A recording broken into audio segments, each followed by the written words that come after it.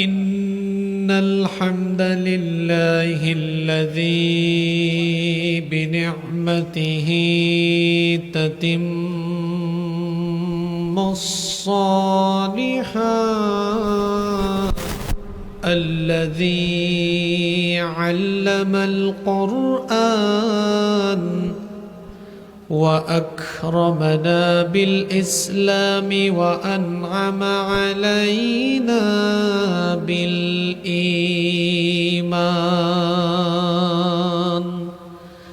نستغفره ونتوب إليه وأشهد أن لا إله إلا الله وحده لا شريك له وأشهد أن سيدنا وسندنا وحبيبنا وطبيبنا وطبيب أرواحنا محمدًا عبد الله ورسوله أرسله بالحق بشيرا ونذيرا وداعيا إلى الله بإذنه وسراجا منيرا أما بعد فقد قال الله تعالى في كلامه المجيد وفي فرقانه الحميد أعوذ بالله من الشيطان الرجيم بسم الله الرحمن الرحيم ونزلنا عليك الكتاب تبيانا لكل شيء وهدى ورحمة وبشرى للمسلمين وقال تعالى في شان حبيبه إن الله وملائكته يصلون على النبي يا أيها الذين آمنوا صلوا عليه وسلموا تسليما اللهم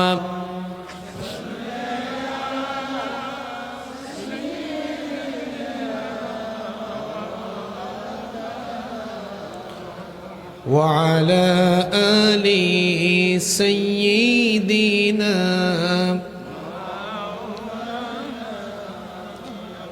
नहीं दो जहां में मिसाले मोहम्मद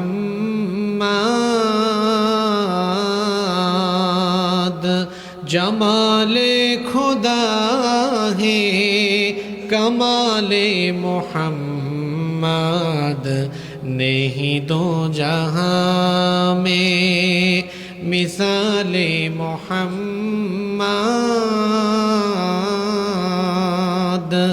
जमाले खुदा है कमाले मोहम्मद हृदय मोहम्मद अल्लाहुम्मा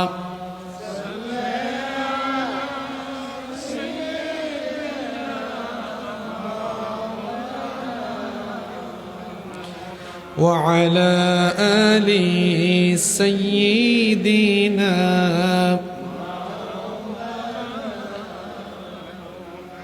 আল্লাহ আমার রব এই রবি আমার সব আল্লাহ আমার রব এই রবি আমার সব দমে দমে তনু মনে তারি অনুভব, দমে দমে তনু মনে তারি অনুভব। আল্লাহ আমার রব, এই রবি আমার সব, এই রবি আমার সব। আল্লাহ আমার রব, এই রবি আমার সব।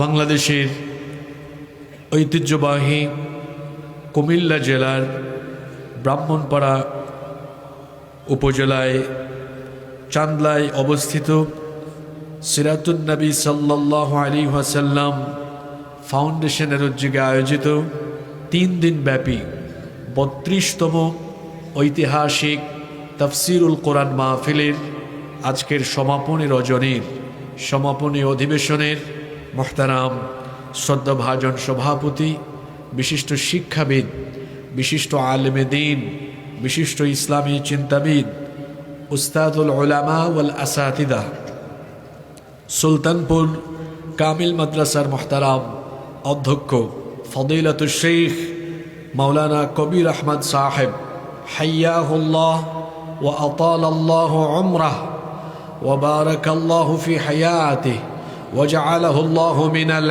ইবাদিল মুখলিসিন। আমরা সবাই বলি আমিন। এতক্ষণ আমাদের সামনে কোরআন সুন্নাহর আলোকে বক্তব্য রেখেছেন অসংখ্য আলেমের উস্তাদ, উস্তাদুল আসাতিদা, উস্তাদুল উলামা ওয়াল মাশায়েখ, বাংলাদেশের সুনামধন্য সুপরিচিত প্রবীণ আলেমে দ্বীন, আমাদের সম্মানিত উস্তাদ আদ-দক্তর আনম রফিকুর রহমান আল মাদানী হাফিজাহুল্লাহ ওয়া রাআহ ওয়া আতালাল্লাহু উমরাহু ওয়া তাকাব্বালাল্লাহু জুহুদাহু লিখিদমাতিদ দ্বীন। আমরা সবাই বলি আমিন। গত 3 দিন যত উলামায়ে কেরাম কথা বলেছেন, আমরা সকলের জন্য দোয়া করছি আল্লাহ তাআলা সকলকে হায়াতান তাইয়্যিবা সিহহাতান কুল্লিয়া দান করেন। আমরা বলি আমিন। মঞ্চে বসে আছেন আকাশের তারকা সমতুল্য শ্রদ্ধাভাজন উলামায়ে কেরাম, এসেছেন বিভিন্ন মাদ্রাসার আসাতিদায়ে কেরাম, এসেছেন বিভিন্ন মসজিদের খুতাবা এবং আইম্মায়ে কেরাম, উপস্থিত আছেন এই এলাকার সম্মানিত বিশিষ্ট ব্যক্তিবর্গ। মাহফিলে এসেছেন বিভিন্ন রাজনৈতিক দলের সম্মানিত নেতৃবৃন্দ, সামাজিক নেতৃবৃন্দ, উপস্থিত বিভিন্ন পর্যায়ের সম্মানিত ব্যবসায়ী ভাইয়েরা, আমার সামনে বসা পিতৃতুল্য সম্মানিত মুরব্বিয়ানে আযম, যুগে যুগে আল্লাহর জমিনে আল্লাহর দ্বীন প্রতিষ্ঠায় যারা অগ্রসেনানীর ভূমিকা পালন করেছেন, আমার কলিজার টুকরা প্রিয় যুবক, তরুণ এবং ছাত্র ভাইয়েরা, পর্দার আড়াল থেকে শ্রবণরতা সম্মানিতা মা এবং বোনেরা, উপস্থিত মিডিয়ার প্রিয় কর্মী এবং সাংবাদিক ভাইয়েরা, প্রশাসন এবং গোয়েন্দা সংস্থার সম্মানিত ভাইয়েরা, প্রিয় চান্দলা ব্রাহ্মণপাড়া তথা আমার প্রিয় সম্মানিত কুমিল্লাবাসী, আপনারা সবাই কেমন আছেন? আলহামদুলিল্লাহ। আমাকেও আল্লাহ ভালো রেখেছেন। আমাদের সবাইকে সুস্থতার সাথে বাঁচিয়ে রেখে আজকের এই সুন্দর বরকতময় নান্দনিক এবং জান্নাতি এই আয়োজনে আমাদেরকে শামিল হওয়ার তৌফিক যিনি দান করেছেন, গলার আওয়াজ বড় করে সবাই বলেন তো তিনি কে? সেই মহান রবের জন্য হৃদয়ের সবটুকু ভালোবাসা, আবেগ, অনুভূতিকে উজাড় করে দিয়ে খুশি মনে প্রাণবন্ত আওয়াজে উচ্চ কণ্ঠে কালিমাতুশ শুকর আদায় করে আমরা সকলেই পড়ছি আলহামদুলিল্লাহ। অসংখ্য অগণিত দুরুদ এবং সালাম পেশ করছি সর্বকালের সর্বযুগের সর্বশ্রেষ্ঠ মহামানব নবিয়্যুনা ওয়া সাইয়্যিদুনা ওয়া কুদওয়াতুনা মুহাম্মাদুর রাসূলুল্লাহ সাল্লাল্লাহু আলাইহি ওয়াসাল্লামের প্রতি, যাকে আল্লাহ তাআলা আমাদের হেদায়েতের জন্য পাঠিয়েছেন। আল্লাহুম্মা সাল্লি আলাইহি আল্লাহুম্মা বারিক আলাইহি। সম্মানিত উপস্থিতি, 3 দিন ব্যাপী মাহফিলের আজকের এই সমাপনী রজনী, এটা বড় আবেগ ঘন মুহূর্ত।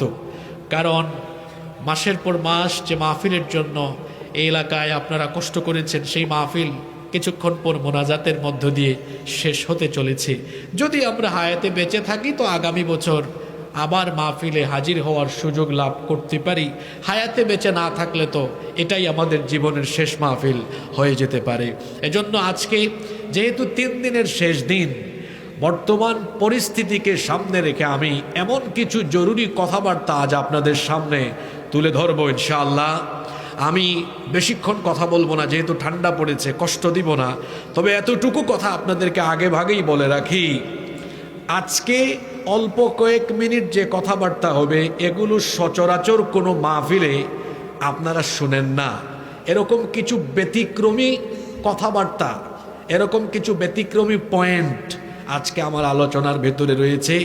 ইনশাআল্লাহ এখান থেকে আমরা হেদায়াতি বার্তা নিয়ে এবং মুনাজাতের মাধ্যমে আমাদের গুনাহগুলো ঝরিয়ে তারপরে বাড়ি যাব ইনশাআল্লাহ। আমরা সময় ক্ষেপণ না করে, সময় নষ্ট না করে সরাসরি আমরা আল্লাহর কালাম থেকে হেদায়াতের বাণী আমরা বলবো এবং শুনবো ইনশাআল্লাহ। আল্লাহ তাআলা আমাদেরকে হেদায়াতের নিয়তে বলার এবং শোনার তৌফিক দান করেন, আমরা বলি আমিন। সম্মানিত উপস্থিতি, প্রিয় ব্রাহ্মণপাড়াবাসী, এই কোরআন আল্লাহ তাআলা আমাদেরকে কেন দিলেন? যেন আমরা এই কোরআন তিলাওয়াত করি, রমজান মাসে তারাবিতে খতম দেই, দোকানপাট উদ্বোধনের আগে, পার্লামেন্টের অধিবেশন আরম্ভ হওয়ার আগে একটু তেলাওয়াত করে দোয়া করি। এই জন্য কি এই কোরআন নাজিল হয়েছে? জোরে বলেন, নাজিল হয়েছে? কি তামাশা শুরু হয়েছে? ব্যবসা প্রতিষ্ঠান উদ্বোধনের আগে কোরআন তেলাওয়াত হয়, অথচ ওই ব্যবসায়ী আবার কোরআন বিরোধী কাজ করে, ওজনে কম দেয়, খাদ্যে ভেজাল দেয়। ওজনে কম দেওয়া, খাদ্যে ভেজাল দেওয়া ব্যবসায়ী আবার কোরআন তেলাওয়াত দিয়ে দোকানপাট উদ্বোধন করে। এ যেন কোরআনের সাথে বেয়াদবি আর নিয়মিত তামাশা শুরু করেছে। পার্লামেন্টের অধিবেশন আরম্ভ হওয়ার আগে কোরআনে কারিম তেলাওয়াত দিয়ে পার্লামেন্টের অধিবেশন শুরু হলো। সেই পার্লামেন্টে আবার মদের আইন পাশ করা হলো, কোরআন বিরোধী আইন পাশ করা হলো। কোরআন তেলাওয়াত করে পার্লামেন্ট শুরু করে কোরআন বিরোধী আইন যে সংসদে পাশ করা হয়, সেই সংসদে কোরআন তেলাওয়াতের নামে কোরআনকে অপমান আর কোরআনের সাথে তামাশা করা হয়। এইরকম বেয়াদবি আর তামাশা করার সাহস আপনাকে কে দিয়েছে? এই কোরআন শুধু তেলাওয়াতের জন্য আসেনি। রমজান মাসে তারাউই প্রথম রমজান থেকে 27 রমজান বা 29 রমজান পর্যন্ত পুরো কোরআন তেলাওয়াত করে খতম দিবেন। শুধু এই জন্য কোরআন আসেনি। আশ্চর্য কারবার। আরো কিছু লোক তারা কোরআন থেকে ঝাড়ফুঁক করছে, কেউ বা আবার তাবিজ লিখছে। শুধু কি ঝাড়ফুঁক আর তাবিজ লিখার জন্য এই কিতাব এসেছে? বীর পুরুষের মতো কথা বলেন, এজন্য কোরআন এসেছে? কেউ কেউ তো আবার এটাকে মুর্দাদের কিতাব বানিয়ে ফেলেছে। যখন কেউ মারা যায় তখন তার জন্য কোরআন খতম দেয়। কোরআন কি মরা মানুষের জন্য এসেছে না জীবিতদের জন্য? জোরে বলেন, কার জন্য? এক লোক সারা জীবন কোরআন বিরোধী কাজ কারবার করে কবরে গিয়েছে। ওই কোরআন বিরোধী লোকটার জন্য যদি ইসরাফিলের সিঙ্গার ফুৎকার পর্যন্ত কোরআনের খতম দেওয়া হয়, এই কোরআনের খতম তার কোনো উপকারে আসবে না। বরং কোরআন এসেছে মরার আগ পর্যন্ত কোরআনের রঙে রঙিন হয়ে কোরআনের পথে জীবন সাজাবার জন্য। আপনি করলেন কি? আপনি এটাকে তেলাওয়াত, ঝাড়ফুঁক আর মরা মানুষের খতমে সীমাবদ্ধ রেখে দিলেন। না না না না না, এটা বড় আশ্চর্য রকমের ভুল আপনি করে বসেছেন। এই কোরআন আল্লাহ তাহলে কেন দিয়েছেন? আল্লাহ কোরআনেই জবাব দিয়েছেন, এই কোরআন আমি দিয়েছি তোমার জীবনকে হেদায়াতের পথে, সত্য পথে, সঠিক পথে, নির্ভুল পথে, জান্নাতি পথে পরিচালনা করবার জন্য। এই কোরআন যিনি নাজিল করেছেন, গলার আওয়াজ বড় করে বলেন, তিনি কে? কোরআন আল্লাহ দিয়েছেন জন্ম থেকে নিয়ে মৃত্যু পর্যন্ত গোটা জীবন কোরআন অনুযায়ী পরিচালনা করার জন্য। এখন আমরা বললাম, আল্লাহ আমরা যে মৃত্যুর আগ পর্যন্ত জীবন কোরআনের মতো করে গঠন করব, আপনি কি আপনার কিতাবের ভেতরে জীবন পরিচালনার যা যা দরকার সব কিছু আপনি দিয়েছেন কিনা? আমার আল্লাহ বললেন, শোনো বান্দা, তোমার জীবন পরিচালনার জন্য যে কিতাব আমি তোমাকে দিলাম, এটি এমন এক কিতাব। রব্বুল আলামিন কোরআনে কারীমের 16 নম্বর সূরা সূরাতুন নাহলের 89 নম্বর আয়াতের শেষাংশে বললেন, ওয়ানাজ্জালনা আলাইকাল কিতাবা তিবয়ানাল লিকুল্লি শাইইন ওয়া হুদান ওয়া রাহমাতান ওয়া বুশরা লিল মুসলিমিন। ও নবী, আপনার কাছে এমন এক কিতাব নাজিল করেছি যেই কিতাবের ভেতরে আমি সবকিছু সন্নিবেশিত করেছি। তিবিয়ানাল লিকুল্লি শাই, প্রত্যেক জিনিস এই কিতাবের ভেতরে আমি সন্নিবেশিত করেছি। আপনার উম্মতের জীবন পরিচালনার জন্য তাদের যত রকম নীতি দরকার, পরিবার নীতি, সমাজনীতি, অর্থনীতি, রাজনীতি, রাষ্ট্রনীতি, তাদের জীবনের সকল সেক্টর পরিচালনার জন্য যত রকমের নীতি দরকার, সকল নীতির মূল নীতি কোরআনের ভেতরে যিনি ঢুকিয়ে দিয়েছেন, গলার আওয়াজ বড় করে সবাই বলেন তিনি কে? সেই আল্লাহ আবার বলছেন কোরআনে কারীমের 6 নম্বর সূরা সূরাতুল আনআমের 38 নম্বর আয়াতের শেষাংশে বলছেন, মা ফাররাতনা ফিল কিতাবি মিন শাইইন সুম্মা ইলা রাব্বিহিম ইউহশারুন। কোনো কিছু এই কিতাবে আমি বাদ দেই নাই। কোন সমস্যা তোমাদের যে সমস্যা, সব সমস্যার সমাধান যেই কিতাবের ভেতরে আছে। জোরে বলেন তো, সেই কিতাবের নাম কি? সমাধান চাও যদি জীবনে মরণে, ফিরে যাও খুঁজে নাও চোখ রাখো কোরআনে।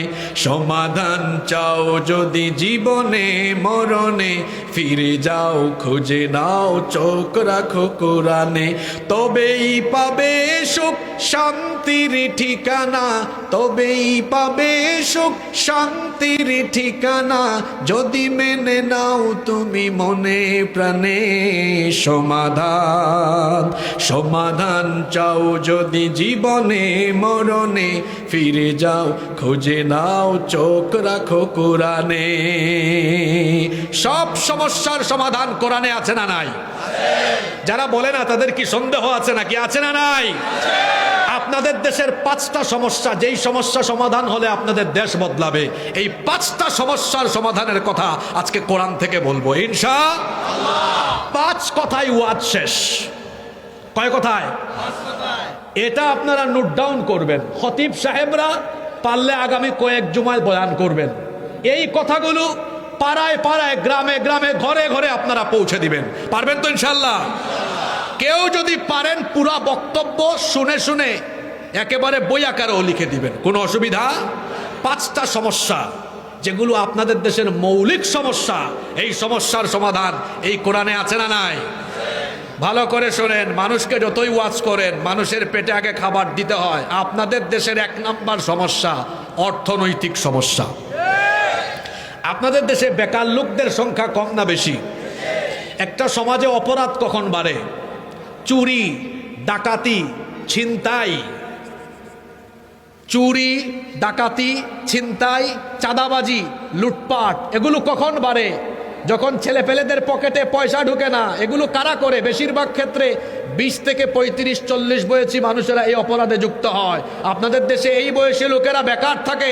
সরকার কর্মসংস্থানের ব্যবস্থা করতে পারেনি, চাকরির ব্যবস্থা করতে পারেনি, উদ্যোক্তা হওয়ার মতো পরিকল্পনা দিতে পারেনি বলে এই 20, 25, 30 বছরের ছেলেপেলেরা যখন বেকার হয়ে পড়ে, নানাবিধ অপরাধে তারা জড়িয়ে পড়ে। এই সকল যুবকদেরকে যদি তাদের বেকারত্ব দূর করে, অর্থনৈতিক সমস্যা সমাধান করে যদি প্রত্যেকের কর্মসংস্থানের ব্যবস্থা করা না যায়, এই দেশে অপরাধ কখনো কমানো যাবে না। এরা চাঁদাবাজি কেন করছে? তার হাই কমান্ড থেকে নির্দেশ পেয়ে। ও ছিনতাই কেন করে? ও দোকানে গিয়ে চাঁদা চায় কেন? ও বেকার। কথা ঠিক না বে ঠিক? এই বেকারত্ব আবার লাঘবের জন্য 54 বছর ধরে বক্তৃতা শুনতে শুনতে আমাদের কান ভূতা হয়ে গেছে। আমরা কি শুনেছি? আমাকে সুযোগ দেন, আমাদেরকে সুযোগ দেন, তাহলে ক্ষুধামুক্ত, দারিদ্রতামুক্ত দেশ গঠন করব। আমরা সুযোগ দিয়ে দেখি 5 বছরে তারা তাদের নিজেদের ক্ষুধা মিটাইতে পারে না, আমাদের ক্ষুধা কখন মিটাবে? 54 বছর ধরে আপনারা ক্ষুধামুক্ত দেশ গঠন করতে পারেননি। আমি দায়িত্ব নিয়ে বলছি, আবারও বলছি, আমরা দায়িত্ব নিয়ে বলছি, আল্লাহর কালাম হাতে নিয়ে বলছি, যদি আপনারা সবাই নিজেদের লাভের জন্য, অর্থনৈতিক দৈন্যদশা দূর করবার জন্য আল্লাহর কোরআনের অর্থনৈতিক ফর্মুলা গ্রহণ করে নেন, এই দেশে দারিদ্রতার কবর হয়ে যাবে। ঠিক তো কইয়া গেলেন, খালি চাপাবাজি করে আমিও যাব না, আপনারাও যাবেন না। এবার সমাধানটা নেন। আল্লাহ তাআলা একটি সমাজ সভ্যতার অর্থনৈতিক দৈন্যদশা দূর করার জন্য, বেকারত্ব দারিদ্রতা দূর করার জন্য জাকাতের মতো এক চমৎকার অর্থনৈতিক ফর্মুলা দিয়েছেন। কিন্তু আপনাদের দেশের লোকেরা যেভাবে জাকাত দেয়, 100-র মধ্যে 98 জন লোকের জাকাত দেওয়া হয় না। কারণ তারা জাকাতের নামে শাড়ি লুঙ্গি ক্রয় করে গরিবদের মধ্যে শাড়ি লুঙ্গি বিতরণ করে গরিবের সাথে তামাশা করে। কেউ বা আবার 200-400 টাকা বিতরণ করে করে গরিবদের সাথে তামাশা করছে। ওরা জাকাত ফরজ হওয়ার হিকমা, সিগনিফিকেন্স, তাৎপর্য এখনো বুঝতে পারেনি। আমি 2023 সালে একবার নাটোরের সিংড়ায় গিয়েছিলাম। সিংড়া চিনেন তো আপনারা? তো সিংড়ায় যখন গেলাম, এক ব্যবসায়ীর বাড়িতে আমার রেস্টের ব্যবস্থা করা হলো। দেখলাম এই ব্যবসায়ীর অনেক খাতাপত্র, একটা খাতায় এরকম সাইডে লেখা জাকাতের হিসাব। আমি কিউরিসিটি নিয়ে জানতে চাইলাম, ভাই ওই ডায়েরিতে কি লেখা আছে? কয় হুজুর, আমি যাদেরকে প্রতি বছর জাকাত দেই ওদের তালিকা এখানে করা আছে। আমি বললাম, যাদেরকে আপনি প্রতি বছর জাকাত দেন, ঘুরে ফিরে কি প্রত্যেক বছরই এদেরকে জাকাত দেন?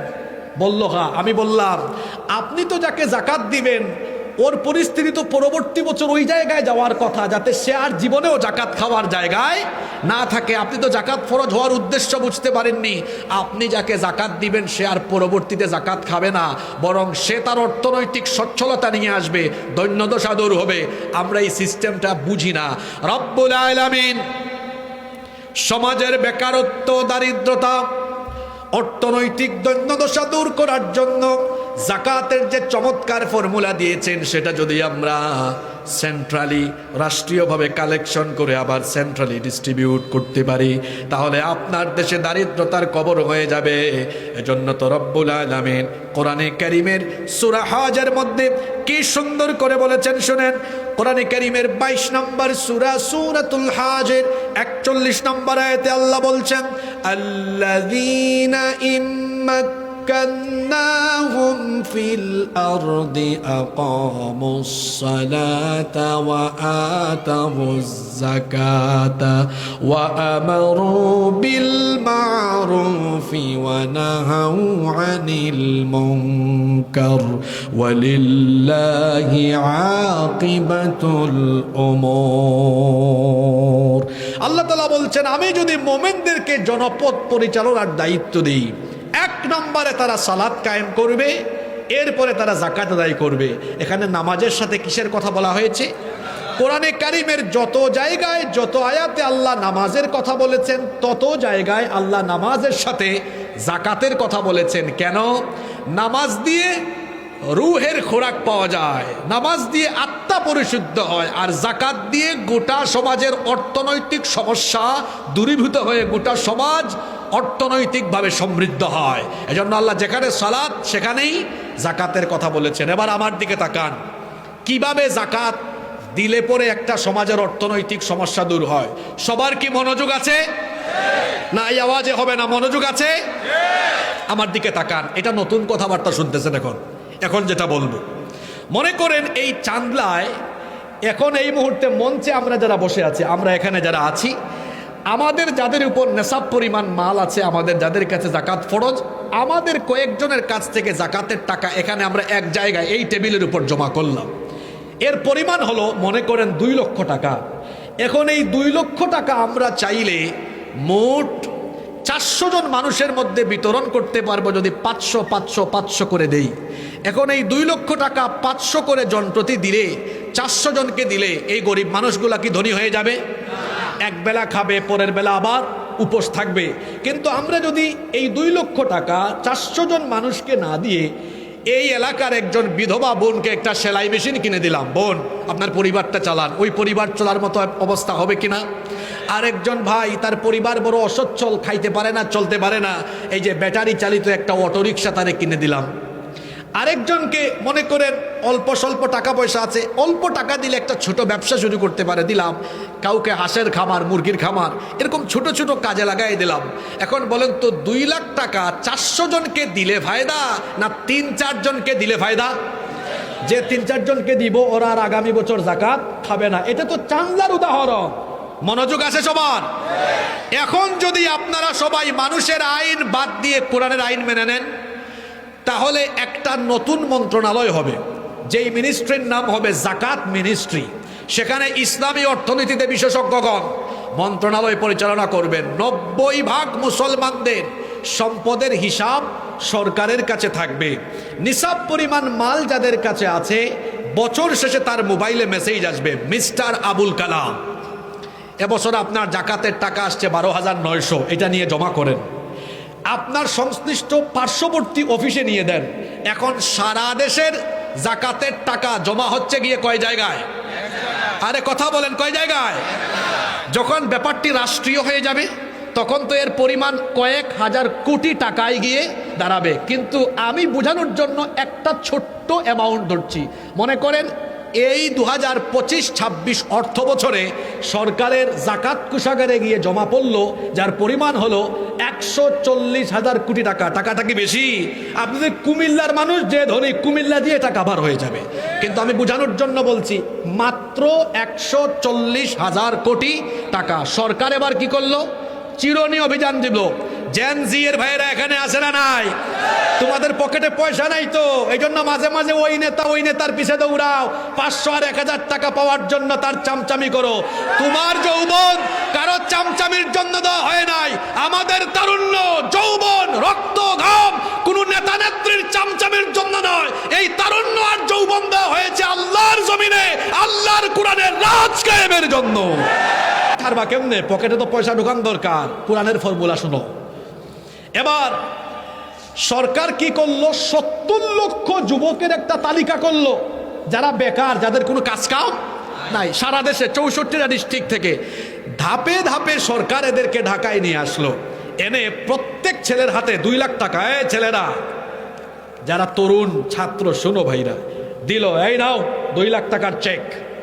তুমি এই টাকা এটা নিয়ে ডিসকভার মোটরসাইকেল কিনে পাকপাকুম করে চালাও, না হাঁসের খামার, মুরগির খামার বা কুটির শিল্প ছোটখাটো কোনো কাজ করো কিনা।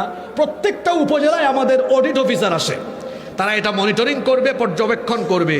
তাহলে 70 লক্ষ যুবকের প্রত্যেকের হাতে টাকা দেওয়া হলো কয় লাখ? ক্যালকুলেটর মারেন, 70 লক্ষ গুণ 2 লক্ষ সমান 140,000 কোটি টাকা। এই ফর্মুলা আমার না, ফর্মুলা কার? জোরে বলেন, ফর্মুলা কার? আল্লাহর। আল্লাহর দেওয়া ফর্মুলা মানলে দেখা যাচ্ছে 1 বছরেই আপনার দেশের কত লক্ষ বেকার যুবকের কর্মসংস্থান হচ্ছে? কথা বলে না, কত লক্ষ? আমরা অনেক রাজনৈতিক নেতার কাছ থেকে শুনি কেউ বেকার ভাতা দিবেন, আপনি বেকার বানাইতে চান, আর আমার আল্লাহ চাচ্ছেন মানুষের কর্মসংস্থানের ব্যবস্থা হোক। আল্লাহর দেওয়া ফর্মুলায় দেখা যাচ্ছে 1 বছরেই 70 লক্ষ যুবকের কর্মসংস্থান হচ্ছে। তাহলে বলেন তো, এই ফর্মুলাটা 10 বছর আপনার দেশে কন্টিনিউয়াস চলতে থাকলে 10 বছর পরে এই দেশে একজন গরিব মানুষ খুঁজে পাওয়া যাবে? জোরে বলেন, খুঁজে পাওয়া যাবে?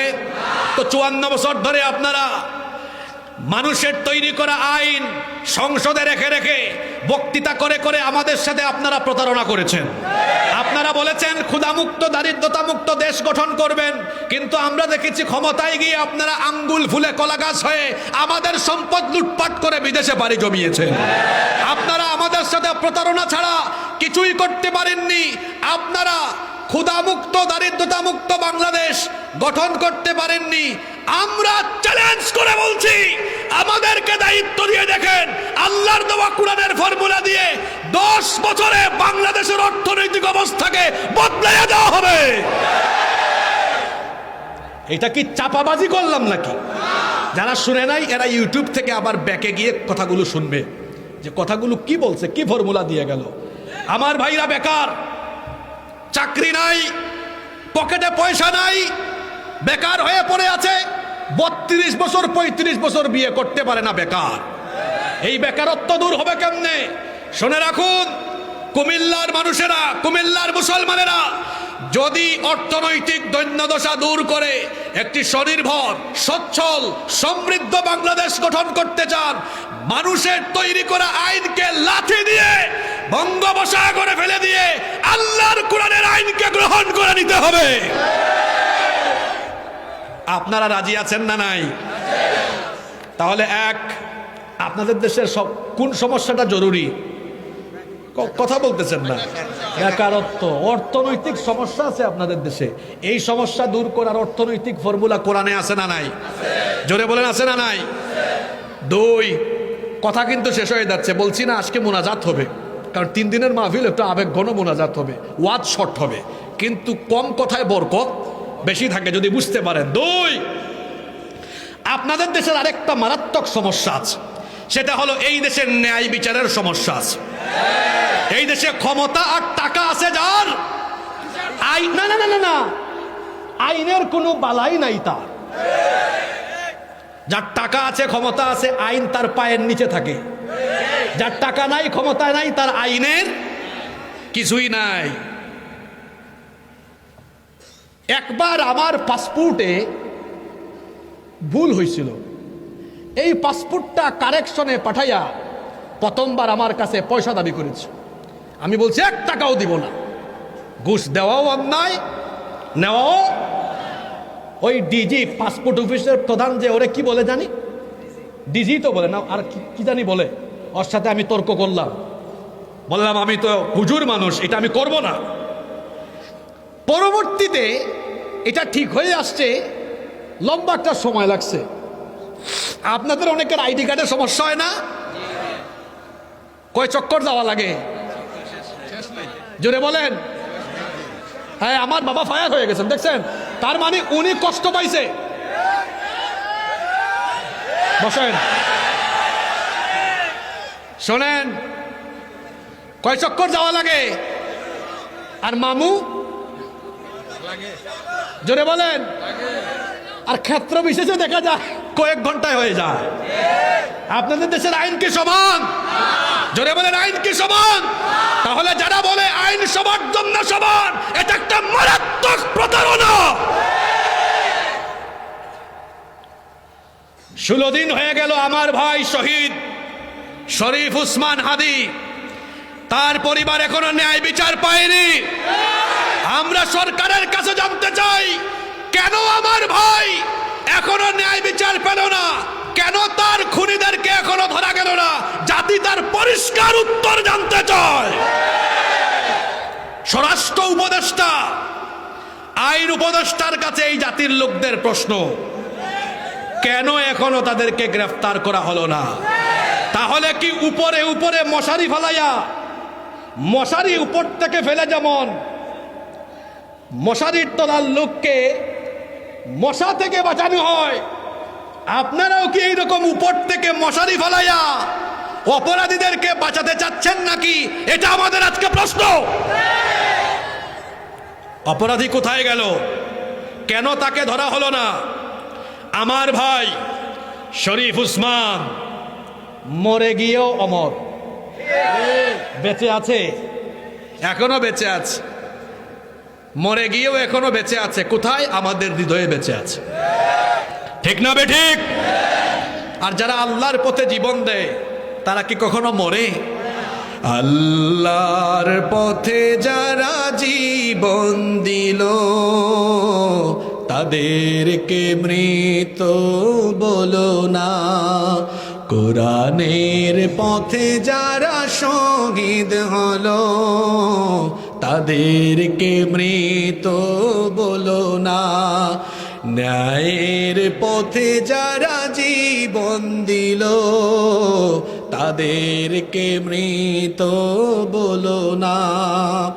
অন্যায় আর মিথ্যার সাথে আপোষ করে নি তারা কোনো মতে। লাল তাজা খুন ঢেলে দিয়ে গেছে এই নগরীর বহু রাজপথে। মৃত্যু তাদের কাছে নয় তো মৃত্যু আরেক নাম, নব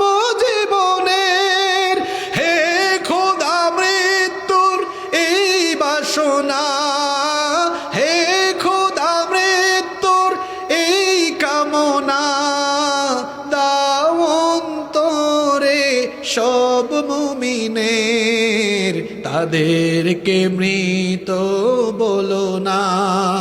ন্যায়ের পথে যারা জীবন দিল তাদেরকে মৃত বলো না।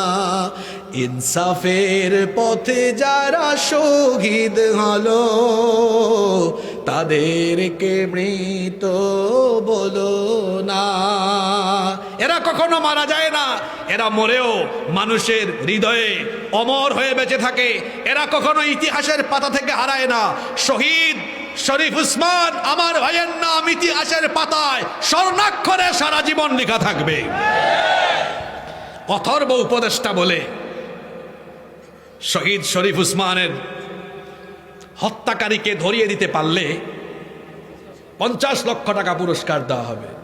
আচ্ছা, অপরাধী যদি আমরাই ধরে দেই তাহলে এনএসআই, ডিবি, ডিজিএফআই এদের কামটা কি?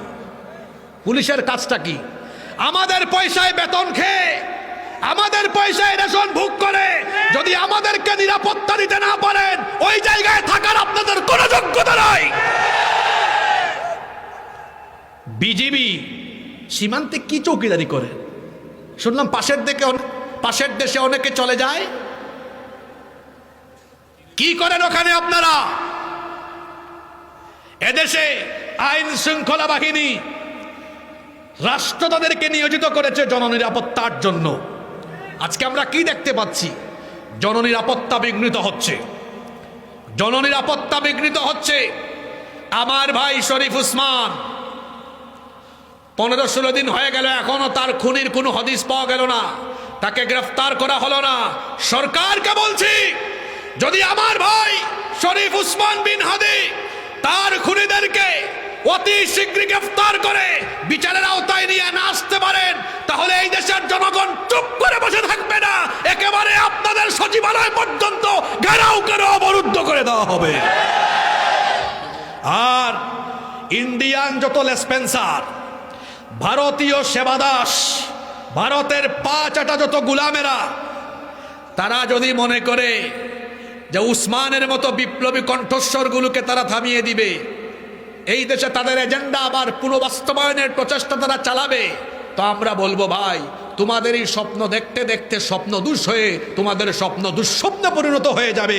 আমরা বেঁচে থাকতে এই দেশে আপামর ছাত্র জনতা, জেনজি, যাদেরকে আমি বলি একরুখা, যেটা বুঝছে তো বুঝছে, এই জেনজি বেঁচে থাকতে এই দেশে ভারতীয় আধিপত্যবাদ আর কোনোদিনও কায়েম করতে দেওয়া হবে না। আমরা কারো দাস হয়ে, গুলাম হয়ে এই দেশে আমরা থাকবো না। আমরা স্বাধীন সার্বভৌম এই দেশে মাথা উঁচু করে আমরা আমাদের এই দেশে স্বাধীনভাবে বসবাস করব। সম্মানিত ভাইয়েরা, আমি বলছিলাম আপনাদের দেশের ন্যায় বিচারের সমস্যা আছে। আল্লাহর কোরআনের আইন দিয়ে যদি বিচার ফয়সালা করা হয়, আপনারা বলেন তো অবিচারের কি কোনো সুযোগ আছে? আসতে বললেন কেন? জোরে বলেন, সুযোগ আছে? রব্বুল আলামিন কোরআনুল কারীমে কি বলছেন খেয়াল করে শুনেন। কোরআনে কারীমের 4 নম্বর সূরা সূরাতুন নিসা এর 105 নম্বর আয়াতে আল্লাহ বলছেন, ইন্না আনজালনা ইলাইকাল কিতাবা বিল হাক্কি লিতাহকুমা বাইনান নাসি বিমা আরাকাল্লাহ ওয়ালা তাকুল লিল খাইনিনা খাসিমা। রব্বুল আলামিন বলছেন, নিশ্চয়ই আমি আপনার কাছে সত্য সহকারে এই কিতাব নাজিল করেছি, লিতাহকুমা বাইনান নাসি বিমা আরাকাল্লাহ, যাতে আল্লাহর দেখানো বিধানের ভিত্তিতে মানুষের মধ্যে আপনি ন্যায় বিচার কায়েম করেন। রব্বুল আলামিন কোরআনে কারীমের 4 নম্বর সূরা সূরাতুন নিসা এর 58 নম্বর আয়াতের মাঝখানে বললেন, ওয়া ইযা হাকামতুম বাইনান নাসি আন তাহকুমু বিল আদল, আর যখন আপনি মানুষের মধ্যে বিচার ফয়সালা করবেন অবশ্যই ন্যায় বিচার কায়েম করবেন। কোরআনে কারীমের 16 নম্বর সূরা সূরাতুন নাহলের 90 নম্বর আয়াতে আল্লাহ বললেন, ইন্নাল্লাহা ইয়া'মুরু বিল আদলি ওয়াল ইহসান ইলা আখিরিল আয়া। নিশ্চয়ই আল্লাহ তোমাদেরকে ন্যায় বিচারের আদেশ দিচ্ছেন। যারা এই কোরআন দিয়ে বিচার করে না, আল্লাহ এদের পরিচয় দিচ্ছেন কোরআনে কারীমের 5 নম্বর সূরা সূরাতুল মাইদা এর 44, 45, 47 নম্বর আয়াত, তিনটা আয়াতে আল্লাহ এদের 3টা পরিচয় দিয়েছেন। আল্লাহ তাআলা বলছেন ওয়া মাল্লাম ইয়াহকুম বিমা আনজালাল্লাহু ফাউলাইকা হুমুল কাফিরুন ফাউলাইকা হুমুদ الظالمون فأولئك هم الفاسقون। আল্লাহ তাআলা বলছেন যারা আল্লাহর দেওয়া বিধানের ভিত্তিতে বিচার ফয়সালা করে না, এদের পরিচয় এরা হলো কাফের, এরা হলো জালেম, এরা হলো ফাসিক। এই পরিচয়টা আমার দেওয়া না আল্লাহর? আস্তে বলবেন না, জুড়ে বলেন কার? তাহলে আল্লাহ বলছেন যারা আমার দেওয়া বিচার আইনের ভিত্তিতে বিচার করে না, এরা তো আমার প্রকৃত আনুগত্যশীল বান্দা নয়। এবার বুকে হাত দিয়ে সাহস করে বলেন দেখি, আপনাদের দেশের আদালতে বিচার হয় মানুষের আইন দিয়ে না আল্লাহর আইন দিয়ে? আপনারা তো ব্রিটিশদের থেকে ধার করা পেনাল কোড দিয়ে এখনো আপনাদের আইন অঙ্গন চালান। ফলাফল কি হয়েছে শুনেন, শুনেন, রাগ করবেন না। আপনাদের দেশে কয়েক মাস আগে ওই পদ্মার ওই পারের একটা মেয়ে, মাগুরায় তার বাড়ি, আসিয়া, এক পরিবারের 3 নরপিশাচ দ্বারা ধর্ষিতা হলো। 4-5 দিন হাসপাতালে থেকে আর্তনাদ করে করে এক পর্যায়ে দুনিয়া ছেড়েই চলে গেল। দাফন হয়ে কবরে ঘাস উঠে গেল। আমার বোন আসিয়া ধর্ষিতা হয়ে কবরে গেল। ধর্ষক এখনো বেঁচে আছে না নাই? কথা বলে না কেন? আপনাদের দেশের আদালতে কার আইন? আল্লাহর না মানুষের? আপনাদের দেশে এমন বিশ্ববিদ্যালয় আছে যেই বিশ্ববিদ্যালয়ে ধর্ষণের সেঞ্চুরি করার পরে তারে ফুলের মালা দেওয়া হয়েছে। কি আমি কি নাম শুদ্ধ বলে দিব নাকি? আপনাদের দেশে এমন ব্যবসায়ী আছে ধর্ষণের দায়ে অভিযুক্ত, টাকার গরমে আইন তার পায়ের নিচে ফেলে দিয়েছে। আপনাদের দেশে এমন রাজনীতিবিদ আছে ধর্ষণের দায়ে অভিযুক্ত, ক্ষমতার ঠেলায় আইনকে চেপে ধরেছে, তার কিচ্ছু হয় নাই। আপনাদের দেশের আদালতে আল্লাহর আইন না মানুষের আইন?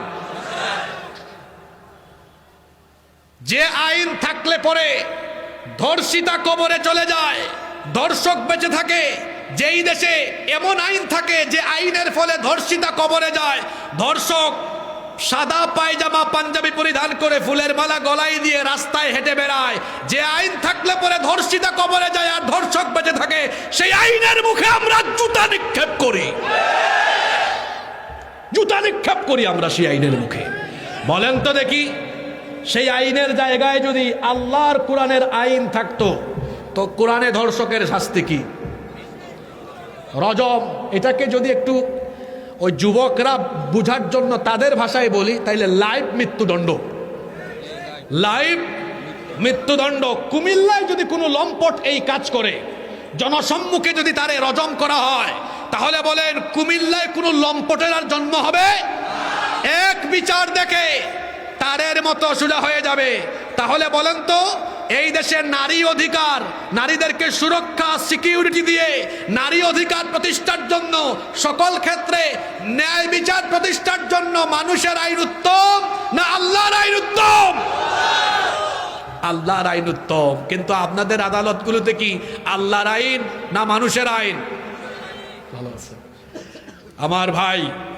আপনাদের এই চান্দোলার গণমানুষের প্রিয় নেতা, দক্ষিণ এশিয়ার সর্ববৃহৎ ইসলামী ছাত্র সংগঠন বাংলাদেশ ইসলামী ছাত্র শিবিরের সাবেক কেন্দ্রীয় সভাপতি, এই সংসদীয় আসনের আগামী দিনের কাণ্ডারি, জননন্দিত জননেতা ডক্টর মোবারক হোসেন, তিনি এসেছেন। আপনারা খুশি না বেজার?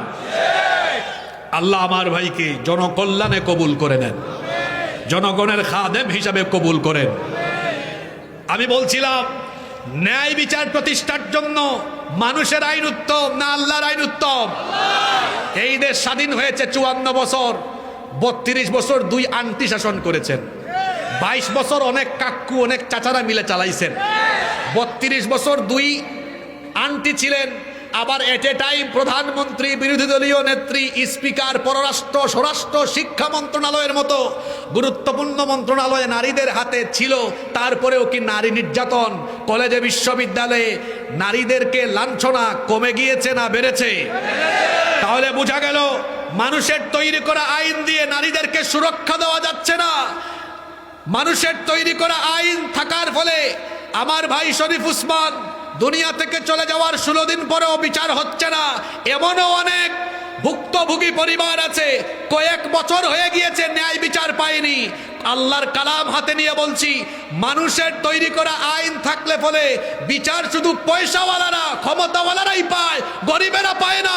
এজন্য যদি সর্বক্ষেত্রে ন্যায় বিচার প্রতিষ্ঠা করতে চান, মানুষের তৈরি করা আইনকে লাথি দিয়ে বঙ্গোপসাগরে ফেলে দিয়ে আল্লাহর কোরআনের আইনকে গ্রহণ করে নিতে হবে।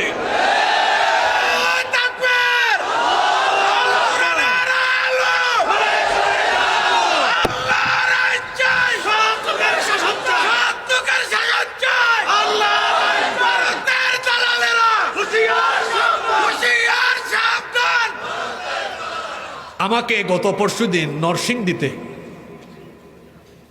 ওই যে সালাউদ্দিন আইয়ুবী বাড়ি এলাকায় উনিও ছিলেন, আমাকে বলে হুজুর জাহান্নাম নিয়ে ওয়াজ করেন। আমি বললাম আমার সমাজ জাহান্নাম হয়ে যাচ্ছে, এই জাহান্নাম থেকে মানুষকে আগে উদ্ধার করা দরকার। এই যে আপনাদের দেশের 5টা সমস্যা নিয়ে কথা বলছি। এক, কি বলেছি? দারিদ্রতা, অর্থনৈতিক দৈন্যদশা দূর করার জন্য কার আইন দরকার? আগেই আজকে টাকা পয়সার ওয়াজ করলাম কেন জানেন? এই যে কবির ভাইরা এত বড় প্যান্ডেল করেছেন, রহমতুল্লাহ ভাইরা মিলে যে মাহফিলটা করে, এখানে তো পয়সা লাগে, পয়সা ছাড়া কিছুই হয় না। কেন টাকার কথা আগে বললাম? আহারে 18, 20, 22, 24, 26 বছরের ছেলেদেরকে দেখি কিভাবে তাদের তারুণ্য আর যৌবন অনেকে কিনে নিয়ে তাদেরকে ইউজ করছে।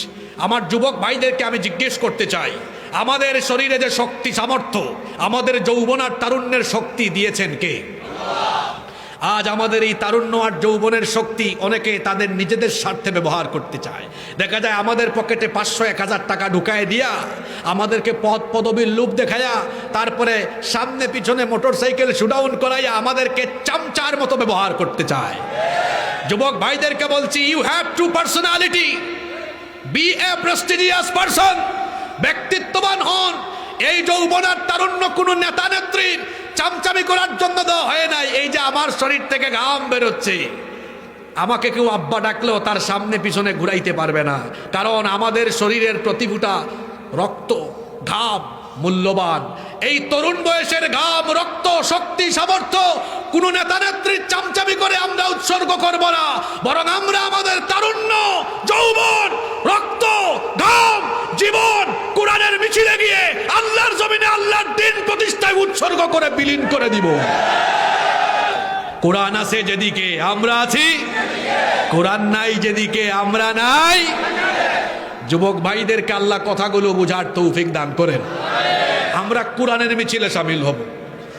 আতরের সাথে থাকলে আতরের গন্ধ, বিড়ির সাথে থাকলে বিড়ির গন্ধ। এক লোক আতরের দোকানে ঢুকেছে কিন্তু আতর কিনে নাই, 10 মিনিট ছিল আতরের দোকানে, 10 মিনিট থাকার ফলে তার শরীরে আতরের গন্ধ হবে কি হবে না? আরেক লোক বিড়ি খায় না কিন্তু চান্দলা বাজারে এক বিড়ি ঘুট তার সাথে কুলাকুলি করছে, কাম সারছে, তার সাথে বিড়ির গন্ধ হয়ে যাবে। ও আমার ভাইয়েরা, আতরের সাথে থাকলে যেমন আতরের গ্রান, তেমনি উলামা, মাশায়েখ, কোরআনওয়ালা, দিনদার, নেককার লোকদের সাথে থাকলে তাদের সুগন্ধে, তাদের চারিত্রিক মাধুর্যের আসর আপনার উপরেও এসে পড়বে। আর সন্ত্রাসী, চাঁদাবাজি, চোর, ডাকাত, টেন্ডারবাজ এদের সাথে থাকলে ধীরে ধীরে আপনারও খারাপ হয়ে যাওয়ার সম্ভাবনা আছে। হয় আলেম হন, নইলে আলেমের ছাত্র হন, নইলে আলেমদের সাথী হন। 54 বছর যে আলেমদেরকে আমরা দেখেছি শুধু মসজিদের মিম্বরে আর মাদ্রাসার দর্শে, আমার এই দেশকে বাঁচানোর জন্য, দুর্নীতিগ্রস্ত এই দেশকে সুন্দরভাবে সমৃদ্ধ করে স্বচ্ছতা, জবাবদিহিতার ভিত্তিতে সাজাবার জন্য সেই উলামা, মাশায়েখ আজকে ঐক্যবদ্ধ হয়ে এক কাতারে নেমে এসেছেন। আমরা সেই আলেমদের সাথে আছি না নাই? যুবকদেরকে বলবো, বেঈমান, বেনামাজি, বেদিনদের সঙ্গ ছেড়ে দিয়ে উলামা মাশায়েখদেরকে সাথে নিয়ে আমরা একটি আলোকিত কোরআনের ইসলামের বাংলাদেশ গঠন করব ইনশাআল্লাহ। আল্লাহ আমাদেরকে ভালো মানুষের সাথী বানান। 3 নাম্বার, আপনাদের দেশের 3 নাম্বার সমস্যা হলো সমতার সমস্যা। এখানে সাম্যের কথা সবাই বলে, কিন্তু সাম্য নাই। সাম্য যে নাই আপনাকে আমি বুঝাই। আপনি সরকারি অফিসে যাবেন, বিভিন্ন দফতরে যাবেন, গিয়ে দেখবেন ওখানে কিছু লোক লাইনে না ধরে এক কাম সারি ফেলে, আর কিছু লোক সারাদিন দাঁড়ায় আছে। বলেন, কথা বলেন, আছে না নাই? এটা কি সাম্য হইল? এমনকি আপনাদের দেশের মসজিদেও দেখা যায় 1:30টার সময় নেতা এসে সবার ঘাট ডিঙিয়ে সামনে যায়। আল্লাহ রসুল একবার বক্তৃতা করছেন, এক লোক মসজিদের শেষে এসে মানুষের ঘাট ডিঙিয়ে সামনে আসতেছে। আল্লাহর নবী বললেন, যেখানে আছো ওখানেই থাকো, সামনে আগাবানা, ঘাট ডিঙিয়ে সামনে আসা এটা বেয়াদবি। ওই যে একটু আগে বললাম, আপনার পাসপোর্টের সমস্যা, নাম বদলাইতে হলে সময় লাগে 6 মাস, আর কারো 1 ঘন্টায় হয়ে যায়। তাহলে সমতা আছে নাকি? সমতা আছে? সমতা নাই। আমরা তো এই 56,000 বর্গ মাইল শাসন করে সমতা নিশ্চিত করতে পারলাম না। ওমরে ফারুক রাদিয়াল্লাহু আনহু অর্ধ দুনিয়া শাসন করে সমতা কিভাবে তিনি নিশ্চিত করেছেন দেখেন। একবার জুমার দিনে তিনি বক্তব্যে দাঁড়িয়েছেন। জুমার দিনের আগে একবার ইয়ামেন থেকে কিছু গনিমতের কাপড় এসেছে। ঘটনাটা শুনতেছেন আপনারা? ইয়ামেন থেকে গনিমতের কিছু কাপড় আসলো। আমিরুল মুমিনিন ওমর ইবনুল খাত্তাব রাদিয়াল্লাহু আনহু জনগণের মধ্যে এক টুকরা করে কাপড় বিলিয়ে দিতে লাগলেন। কিন্তু ওমর রাদিয়াল্লাহু আনহু তিনিও এক টুকরা পেলেন, কিন্তু সমস্যা ছিল তিনি খুব লম্বা আর চওড়া মানুষ। এক টুকরা কাপড় দিয়ে তার জুব্বা কিংবা তার কাপড় বানানো যাচ্ছে না। এই জন্য তার ছেলে আব্দুল্লাহ তিনি বললেন, আব্বা, যেহেতু আপনার এক টুকরা কাপড় দিয়ে আপনার পোশাক বানানো সম্ভব হচ্ছে না, এজন্য আমার কাপড়ের টুকরাটাও আপনাকে দিয়ে দিলাম। বাপ বেটা দুইজনের কাপড়ের টুকরা এবার একসাথে করে ওমর ফারুক রাদিয়াল্লাহু আনহু তিনি তার পোশাক তৈরি করালেন। জুমার দিনে মিম্বরে দাঁড়ালেন। এক লোক, শুনেন কোরআনের শাসন কেমন। এক লোক দাঁড়িয়ে বলল, আমিরুল মুমিনিন, আজকে জুমার দিনে আপনার জুমার বক্তৃতা, জুমার খুতবা আমি শুনবো না ততক্ষণ। আপনার গায়ে, আপনার শরীরে 2 টুকরা পোশাক আসলো কেমনে, এটার জবাব দিবেন না আপনি যতক্ষণ। আমাদের দেশের মেম্বারকে আপনি এরকম কথা বলতে পারবেন? বলবেন, বেটা থাপড়ায় তোর গাল ফাটাই দিব একদম। আর ওখানে প্রেসিডেন্ট, কোন প্রেসিডেন্ট? অর্ধ দুনিয়া শাসন করা প্রেসিডেন্ট। আল্লাহু আকবার।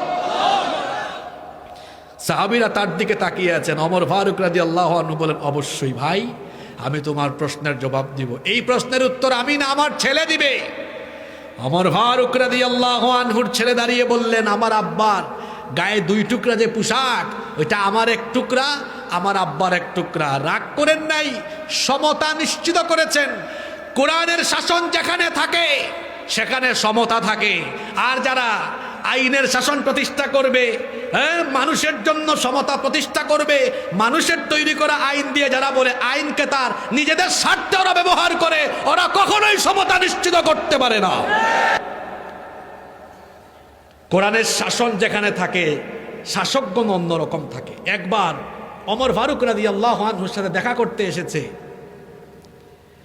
রোম সাম্রাজ্যের একজন প্রতিনিধি বা অ্যাম্বাসেডর। শুনতেছেন আপনারা? মদিনায় এসে বলল, তোমাদের রাষ্ট্রপ্রধান কোথায়? সাহাবীরা বললেন, তিনি একটু মদিনার বাইরে গিয়েছেন।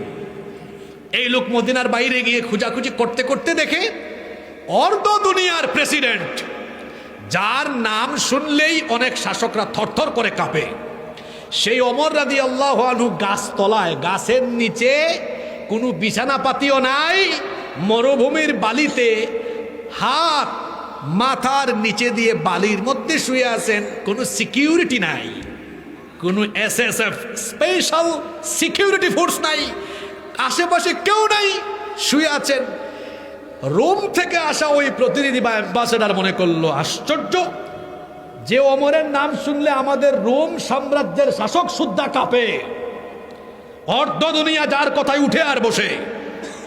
আমি তো ভাবছিলাম সেই ওমরের কাছাকাছি যাইতে হলে কত স্তরের যে নিরাপত্তা, এটা ভেদ করে যাওয়া লাগবে।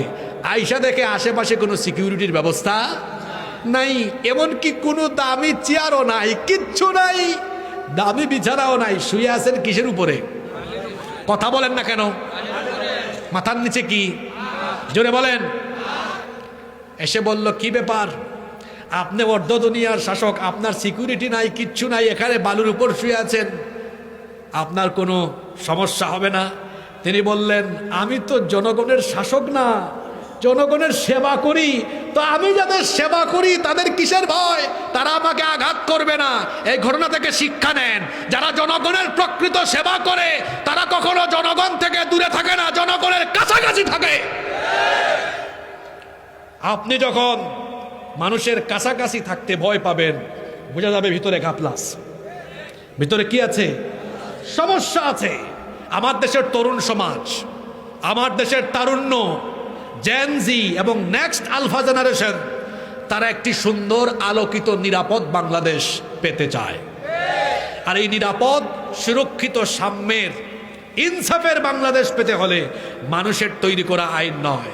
জোরে বলেন, কার আইন দরকার? কোরআন ছাড়া সমতা নিশ্চিত করা যাবে? জোরে বলেন, নিশ্চিত করা যাবে?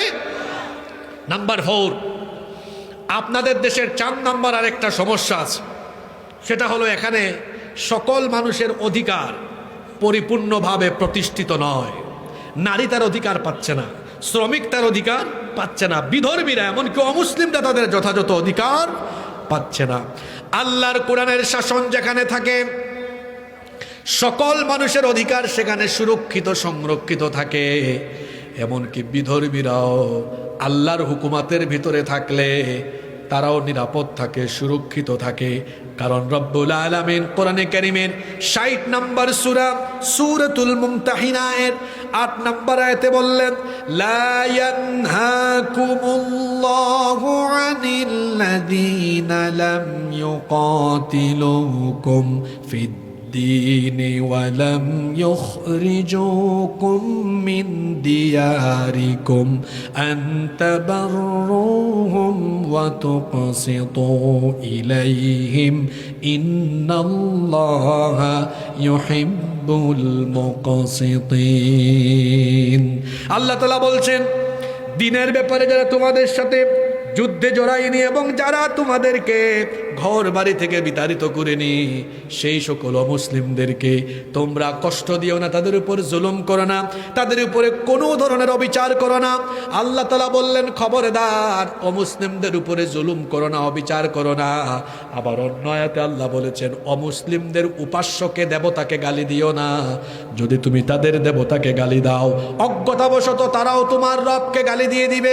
এমনকি আল্লাহর নবী যখন কোথাও কোনো সামরিক বাহিনী পাঠাতেন, আল্লাহর নবী সেই বাহিনীকে বলে দিতেন, নারীদেরকে আঘাত করবে না, শিশুদেরকে আঘাত করবে না, ধর্মীয় পণ্ডিত যারা আছে তাদের উপর হামলা করবে না, বার্ধক্য বয়সে যারা আছে তাদেরকেও হামলা করবে না, এবং ধর্মীয় কোনো উপাসনালয়ে জ্বালাবে না, পুরাবে না, হামলা করবে না। এইভাবে করে ইসলাম আমাদেরকে শৃঙ্খলা শিখিয়েছে, সাম্য শিখিয়েছে। ইসলাম আমাদেরকে অমুসলিমদের অধিকার প্রতিষ্ঠার দীক্ষা দিয়েছে। সুতরাং যেই দিন ইসলাম এবং যেই কিতাব কোরআন আমাদেরকে এত সুন্দর সম্প্রীতির শিক্ষা দিয়েছে, মানুষের অধিকার প্রতিষ্ঠার দীক্ষা দিয়েছে, সেই ইসলামের অথবা ইসলামের হুকুমাতের ভিতরে থাকা প্রত্যেকটা অমুসলিম মুসলমানদের কাছে নিরাপদে থাকবে। মাঝে মাঝে পাশের দেশ থেকে আমার দেশের অমুসলিমদেরকে উস্কানি দেওয়া হয়, বলা হয় যেই রকম করে বাংলাদেশে মৌলবাদ আর জঙ্গিবাদের উত্থান হচ্ছে, আসলে বাংলাদেশে কোনো জঙ্গিবাদ আছে? কোনো জঙ্গিবাদ আছে? সন্ত্রাস আর জঙ্গিবাদের সাথে ইসলামের কোনো সম্পর্ক? আমাদের পাশের দেশ থেকে এরা আমাদেরকে মাঝে মাঝে জঙ্গি বলে, অথচ এই গুজরাটের কুখ্যাত কুশাই নরেন্দ্র মোদী, সে হচ্ছে কুখ্যাত সন্ত্রাসী এবং জঙ্গি।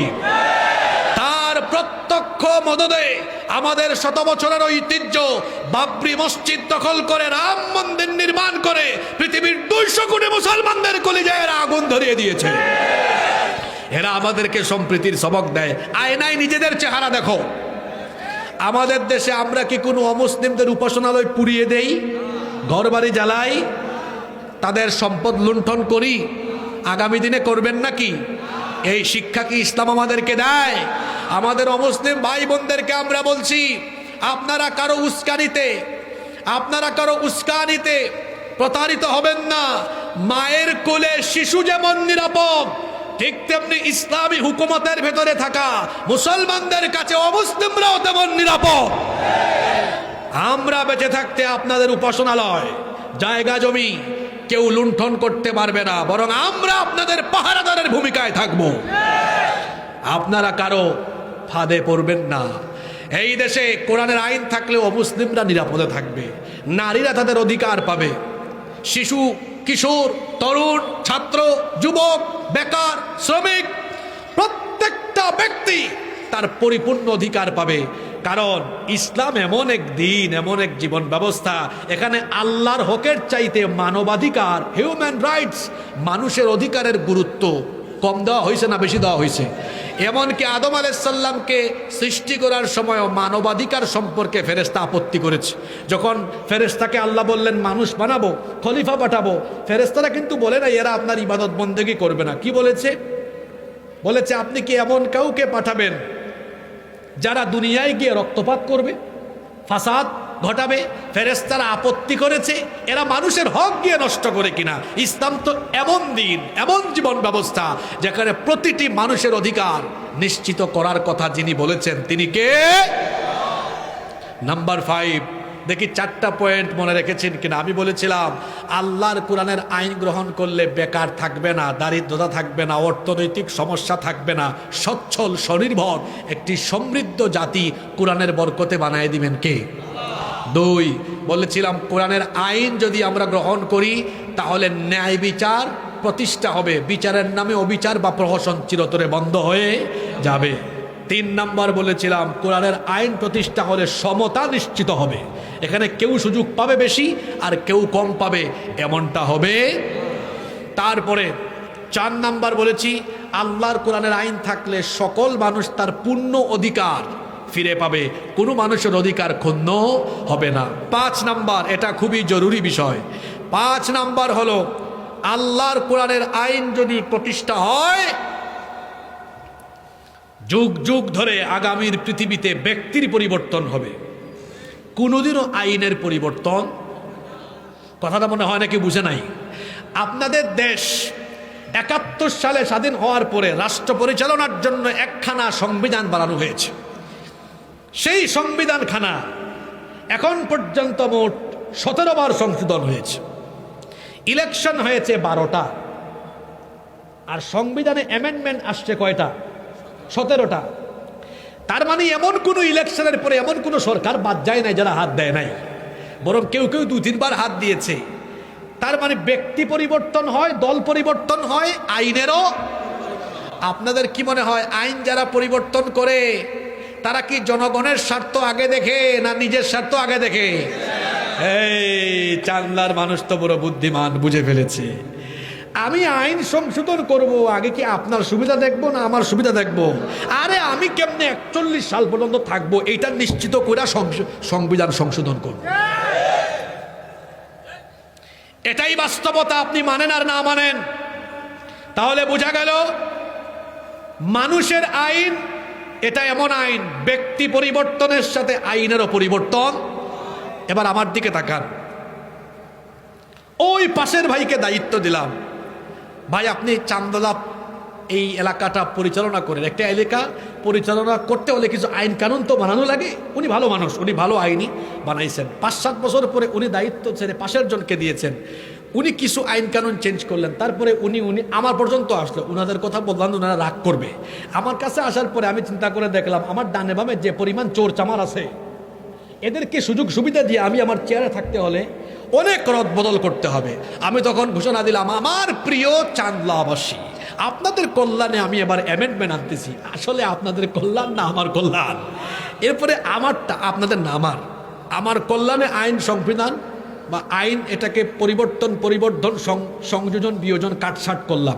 এইভাবে করে দেখা যাবে যেতে যেতে যেতে যেতে ব্যক্তির পরিবর্তন হবে আর আইনের, আপনাদেরকে বুঝাই, আগে আমাদের দেশে একটা ডিজিটাল সিকিউরিটি অ্যাক্ট ছিল না, এখন ওইটা আছে, বলেন আছে? দেখা যায় মানুষের আইন, এটা চেয়ার থাকলে আইনের দাম আছে, চেয়ার শেষ আইনের দাম। তাহলে বোঝা গেল যতদিন বাংলাদেশে মানুষের তৈরি করা আইন থাকবে, চেয়ার থাকবে, আইন থাকবে, চেয়ার থেকে যাবেন আইন। ওই ভাইয়ের কাছে আবার যান, ওই যে মোবাইলওয়ালা ভাই, উনার কাছে দায়িত্ব দিয়া বললাম, ভাই ধরেন কোরআনটা নেন, চালান, আপনি একটা আইনও বানাইতে পারবেন না, সব আইন থেকে হবে। উনার থেকে বদল হতে হতে, চেয়ার বদল হতে হতে আমার থেকে আসলো 1 2 3 4 5 6, আমি 7 নাম্বার। এই 7 জন যদি পরিবর্তন হয়ে আমার পর্যন্ত আসে, কারো কোনো ক্ষমতা আছে কোরআনের একটা আইন পরিবর্তন রদ বদল করার? জোরে বলতে হবে, আছে? ও ঘুমন্ত বাংলাদেশের মানুষ, আমরা মুয়াজ্জিন হয়ে আর কতকাল আপনাদের কানে আজান দিব, কতকাল বুঝাবো? কি করে আপনাদেরকে বুঝালে আপনারা বুঝবেন? বুঝেন না? 54 বছর ধরে এরা মানুষের তৈরি করা আইন দিয়ে আমার রাষ্ট্রকে, আমার দেশের মানুষের ভাগ্য উন্নয়নের কথা বলে বলে আইন বদলায়া ওরা নিজেদের ভাগ্য বদলায়া আঙ্গুল ফুলে কলা গাছ হয়েছে। আমাদের ভাগ্যের পরিবর্তন হয় নাই। আমাদের ভাগ্যের পরিবর্তন হতে পারে একমাত্র আল্লাহর কালাম, এই কোরআন দিয়ে। যদি এই দেশের মানুষ কোরআনকে পার্লামেন্ট পর্যন্ত নিয়ে যেতে পারে, তাহলে দেখা যাবে ব্যক্তির পরিবর্তন হবে, কিন্তু আইনের কোনো পরিবর্তন হবে না। এই আইনই তো দরকার, যে আপনার ক্ষমতা যাক, থাকলে থাক, না থাকলে নাই। এজন্য আমরা যারা আল্লাহর কোরআনের আইনে বিশ্বাসী, আমাদের মধ্যে দেখবেন ব্যক্তি পূজা নাই, আমাদের মধ্যে দেখবেন নেতা পূজা নাই, আছে আছে। এজন্য দেখবেন আমরা বক্তব্যের শুরুতে প্রশংসা করি কার? আর দুরূদ পড়ি নবীজির উপরে। আর যারা মানব রচিত আইন প্রতিষ্ঠা করতে চায়, ওরা 3-4 মিনিট তার নেতা নেত্রীর চামচামিয়ার গুণগান করে। আমরা কোনো ব্যক্তির পূজা করি না, আমরা কোন নেতার পূজা করি না, আমরা কারো দালালি করি না। আমরা মানুষকে ডাকি আল্লাহর কোরআনের দিকে, আমরা মানুষকে ডাকি আল্লাহ আর তার রাসূলের দিকে। 1500 বছর হয়ে গেছে কোরআনের একটা, ওই যে বান নিচে একটা নোক্তা থাকে না, ওইটা ওই জায়গায় আছে, তার উপরে 2 নোক্তা, 2টাই আছে, তার উপরে 3টাই আছে। পরিবর্তন হয়েছে? কিয়ামত পর্যন্ত পরিবর্তন হবে? আপনি মনে মনে প্রশ্ন করতে পারতেন, হুজুর আপনি মনে মনে হয়তো ভাবছেন, হুজুর 3 দিনের ওয়াজ, আজকে শেষ দিন একটু আবেগঘন ওয়াজ করতে পারতেন, একটু নামাজ নিয়ে, একটু সুদ নিয়ে, একটু ঘুষ নিয়ে ওয়াজ করতে পারতেন। আমি বলি, ভাই আমার মতো হাসিবুর রহমান যদি 1 কোটি হাসিবুর রহমান সারা দেশে ওয়াজ করে বলে সুদ খাইয়েন না, সুদ দিয়ে যদি বুঝাই, সুদের 70টার গুনাহ আছে, সর্বনিম্ন গুনাহ হলো নিজের মায়ের সাথে জিনা করা। সুর দিয়ে আমি 2 ঘন্টা ওয়াজ করব, কিছু লোক কান্নাকাটিও করবে, আবার প্যান্ডেল থেকে বাইরে সুদও খাবে। 1 কোটি হাজিবুর রহমানের ওয়াজে হ্যাঁ কিছু মানুষ বদলাবে, এটা রেয়ার। আর 1 কোটি লাগবে না, 151 জন লোক যখন পার্লামেন্টে ঢুকে বলবে, মাননীয় স্পিকার এটা বন্ধ, মুখের কথা আইন, ওইটা বন্ধ তো বন্ধ। এজন্য 1 কোটি ওয়াজের চাইতে 151 জন লোকের পার্লামেন্টের ওয়াজ অনেক দামি। এই জন্য আপনার দেশের এই মুক্তির জন্য আমি এই 5টা মৌলিক সমস্যা নিয়ে আজকে কথা বলছি। কয়টা সমস্যা? যে 5টা কথা বলেছি বাস্তব না অবাস্তব? 1, আপনার দেশে কিসের সমস্যা? মুখস্থ করলেন না কেন আজকের ওয়াজ? 1, কি সমস্যা? অর্থনৈতিক সমস্যা। সমাধান আছে কোথায়? ওই যে কাহিনী একটা বলছিলাম, কত লক্ষ ভুলে গেছে? না না না না, 1 বছরে কত লক্ষ বেকার? কাম সারছে, দেখছেন কারবার? 70 লক্ষ। যারা বুঝছে, যারা বুঝে নাই এরা ওই যে লাইভ হয়েছে কোন আইডি থেকে শুনে নিয়েন। 2, ন্যায় বিচার। 3, সমতা ইনসাফ প্রতিষ্ঠা হবে, যে ইনসাফের জন্য জীবন দিয়েছে আমার ভাই শরীফ উসমান বিন হাদি। ইনসাফ কায়েম হবে এই দেশে ইনশাআল্লাহ। 3, মানুষের পূর্ণ অধিকার, না সমতা 3 নাম্বার। 4 হলো মানুষের অধিকার, 5 অপরিবর্তনীয় এই আইন থাকলে পরে কোনোদিন আর কেউ আইন বদলায়া নিজের স্বার্থে আইন বানায়া সেই আইনের অপব্যবহার করার সুযোগ পাবে। তাহলে বলেন তো, আমার দেশের সকল সমস্যা সমাধানের জন্য মানুষের আইন দরকার না আল্লাহর আইন দরকার? আরো জোরে বলেন, কার আইন? এজন্য এই কোরআন কি শুধু চান্দদার মাহফিলের প্যান্ডেলে থাকবে না পার্লামেন্টেও লাগবে? এই বাপরে বাপ, আওয়াজ দেখছেন? আরো জোরে বলেন। আমার বাড়ি সিলেটে, আমরা হযরত শাহজালাল রহমতুল্লাহ আলাইহির রুহানি সন্তান। দুর্বলতা নিজেদের মধ্যে রাখি না, দুর্বলতা পছন্দ করি না, এজন্য দুর্বল মুসলমান দেখতেও পারি না। আমাদের ভাগ্যের উন্নয়নের জন্য কার আইন দরকার? আরো জোরে বলেন, কার আইন? সব তো দেখে ফেলছি আমরা, এবার আল্লাহর আইন লাগবে। আল্লাহর আইন ছাড়া আমাদের কোনো মুক্তি। আমরা 2025 সালের চান্দোলার মাহফিলে এই প্রতিজ্ঞা নিয়েই বাড়ি যাচ্ছি, আমরা আল্লাহর আইনকে এই দেশে প্রতিষ্ঠার জন্য আমরা জান মাল বাজি রেখে ঐক্যবদ্ধ হয়ে কাজ করব ইনশাআল্লাহ। কারা কারা রাজি আছেন দুহাত তুলে আল্লাহকে দেখান।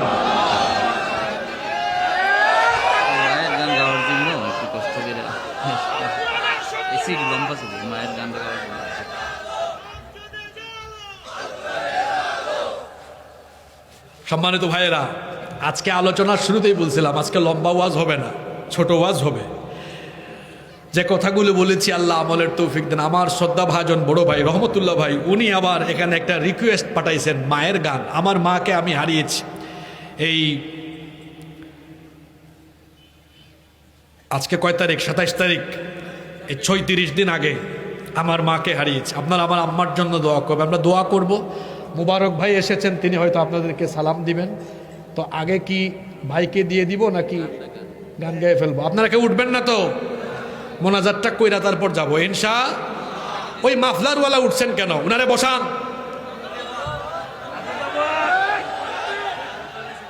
না, দোয়া লাগবে না। উনার কি লাগবে না? ঘুরে মোনাজাতটা দিব। তাহলে মুবারক ভাইকে আমরা দিয়ে দেই, এরপরে আমরা রহমতুল্লাহ ভাইয়ের আবদার পূরণ। সরি, বারবার শুধু রহমতুল্লাহ ভাই আছে, ওই রহমতুল্লাহ ভাইয়ের কথা চলে আমাদের রফিক ভাই। সরি, রফিক ভাই আছেন, ভুল করে ফেলি আমি মাঝে মাঝে নামে, আর কি অসুবিধা নাই। উনি আমারও তালই আবার, বুঝছেন তো? যাই হোক, এটা অন্য হিসাব। আমাদের মুবারক ভাই আপনাদেরকে সালাম দিবেন, দোয়া বিনিময় করবেন, এরপরে আমরা মোনাজাত করবো ইনশাআল্লাহ। সবাই বস। আচ্ছা, আমরা এক্ষুনি মোনাজাত করবো। তার আগে যেহেতু ওনাদের আবদার ছিল, একটা মায়ের গজল বলবো না শেষ করে দিব? ঘুরে ঘুরে পৃথিবী দেখেছি, কত ভালোবাসা আমি পেয়েছি। ঘুরে ঘুরে পৃথিবী দেখেছি, কত ভালোবাসা আমি পেয়েছি। তোমার সাথে নেই কারো তুলনা মা, ওগো মা, মা, ওগো মা। অনেকেই বলেছে জীবন দিতেও পারে আমার তরে, স্বার্থের পিছু টানে সকলেই গিয়েছে দৌড়ে। আঘাত করলে প্রতিঘাত করেছে, আঘাত করলে প্রতিঘাত করেছে।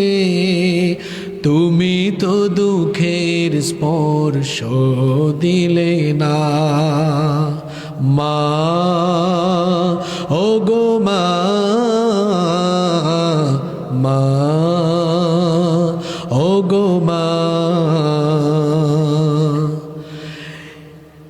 শত ঝড় জঞ্জায় আগলে রেখেছ মোরে বুকে, সারাটা জীবন ধরে পাহারা দিয়েছ চোখে চোখে, এতটাও সুখ হলে কত কেঁদেছ, এতটাও সুখ হলে কত কেঁদেছ, কত বেলা পেট ভরে খাওনি খানা।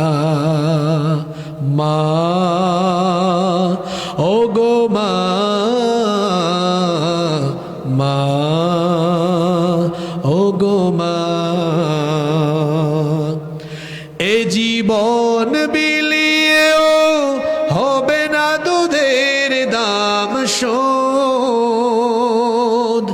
তোমাকে আঘাত করে যারা পশু যারা নির্বোধ, এ জীবন বিলিয়েও হবে না দুধের দাম শোধ। তোমাকে আঘাত করে যারা পশু যারা নির্বোধ, তোমার পায়ের নিচে জানি জান্নাত, তোমার পায়ের নিচে জানি জান্নাত। তুমি তো জীবনের সব সাধনা। মা ও গো মা, মা ও গো মা, মা ও গো মা, মা ও গো মা। আল্লাহুম্মা আমিন। আলহামদুলিল্লাহি রাব্বিল আলামিন والصلاة والسلام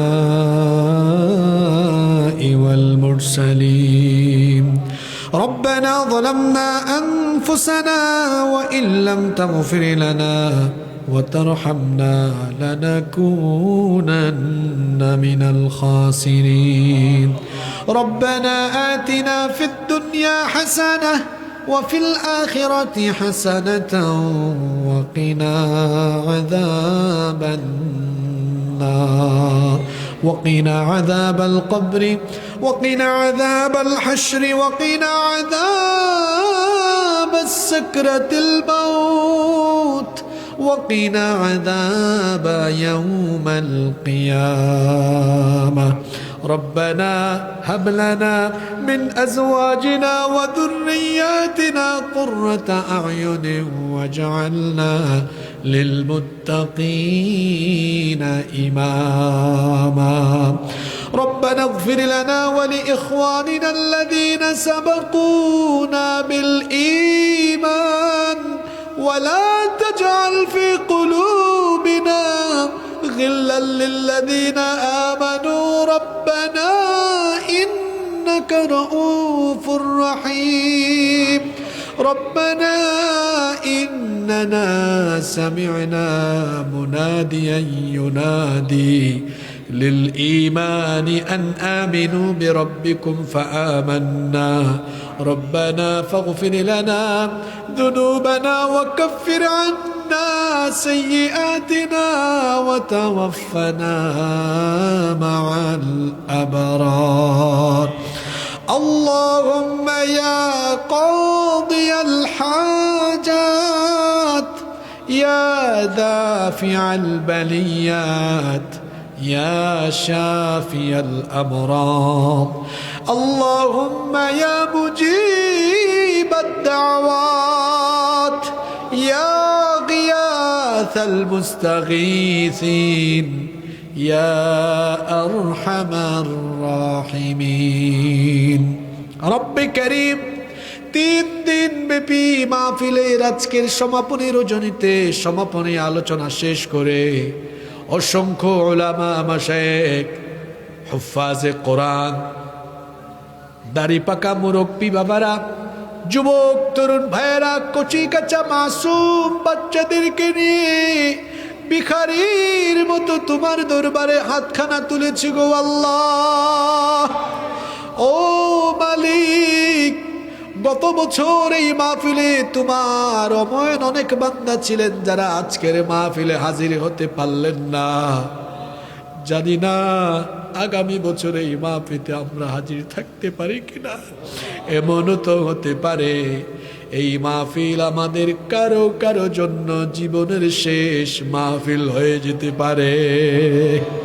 রব্বুল আলামিন, ওগো আমাদের মালিক, ওগো আমাদের রব, এই মাহফিলের প্রতি এত মানুষের আবেগ, ভালোবাসা, উচ্ছ্বাস, মাসের পর মাস ধরে কত কষ্ট, কত প্রচারণা, কত পরিশ্রম, এত মেহনতের ফলে এই সুন্দর কোরআনের বাগান সাজানো হয়েছিল।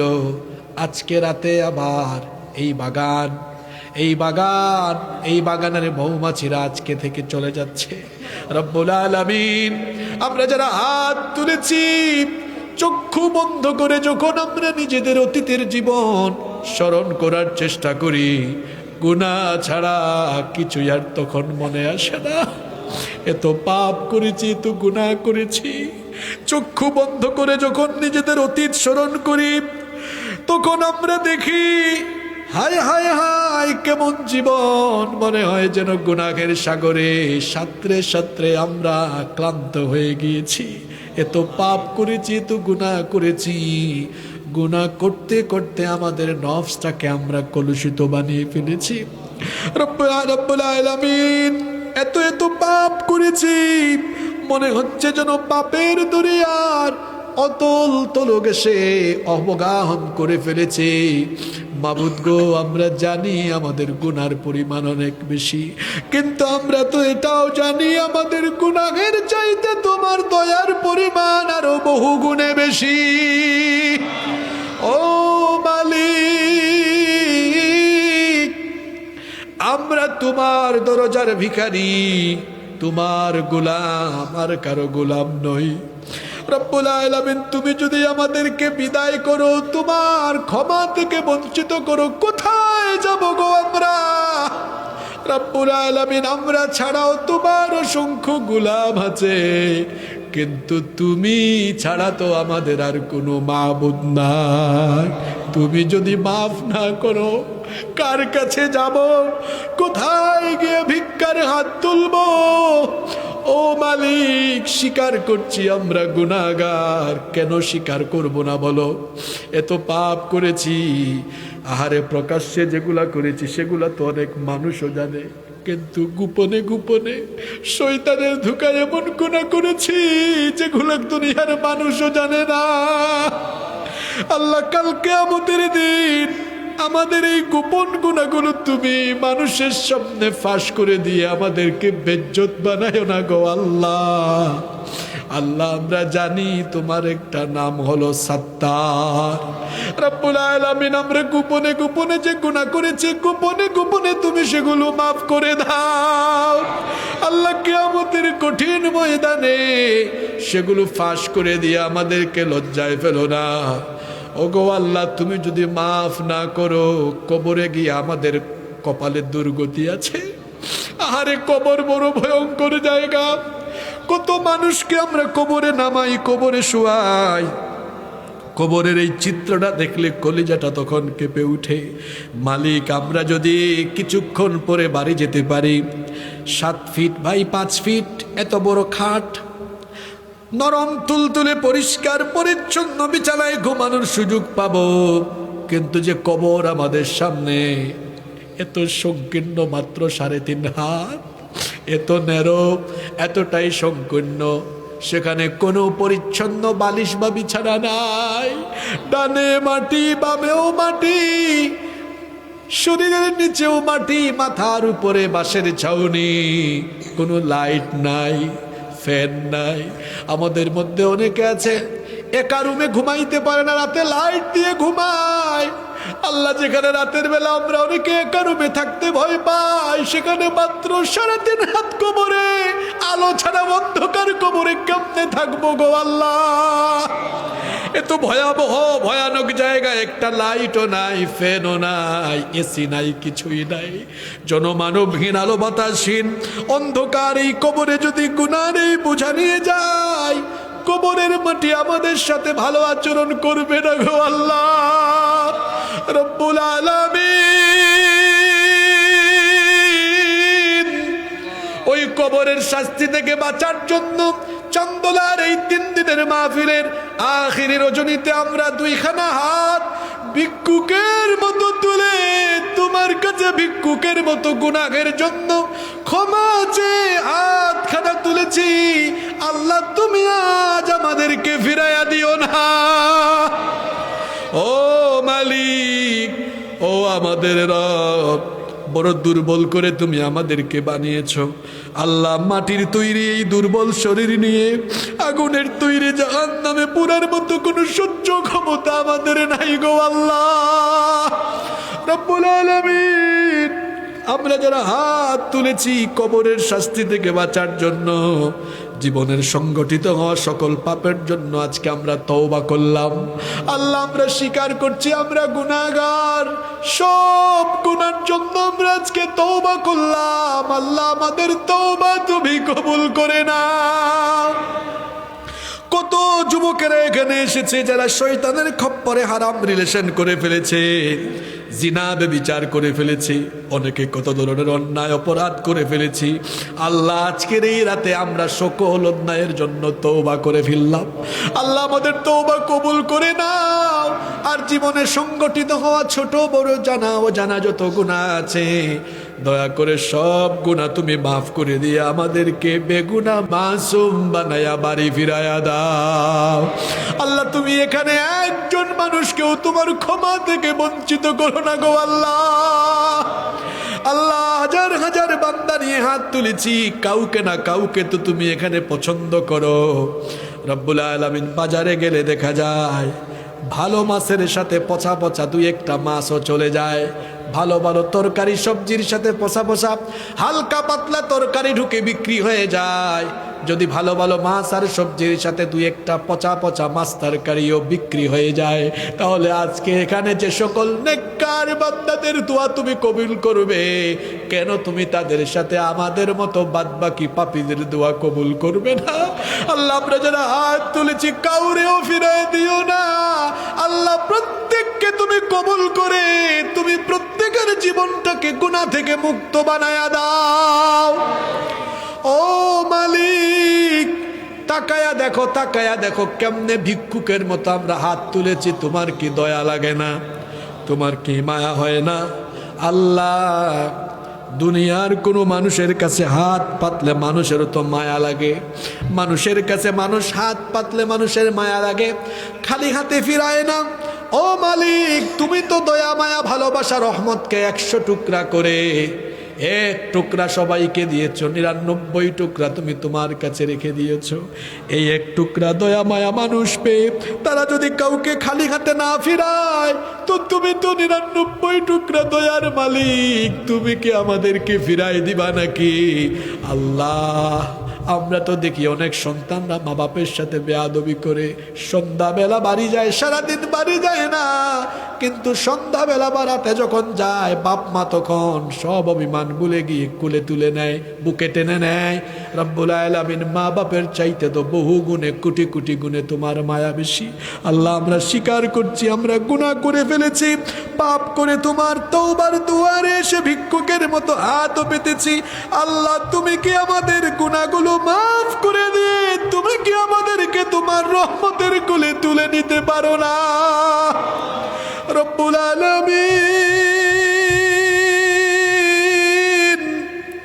আমরা যারা হাত তুললাম, আমরা আমাদের জীবনে সগীরা কবিরা জানা অজানা শিরক বেদাত যত গুনাহ করেছি আল্লাহ, আজকে আমাদের সব গুনার জন্য লজ্জিত হয়ে হাত পাতলাম আল্লাহ। আমাদের সকল গুনাহ মাফ করে দিয়ে আমাদেরকে বেগুনাহ বানিয়ে এই প্যান্ডেল থেকে বের করে দাও রব্বুল আলামিন।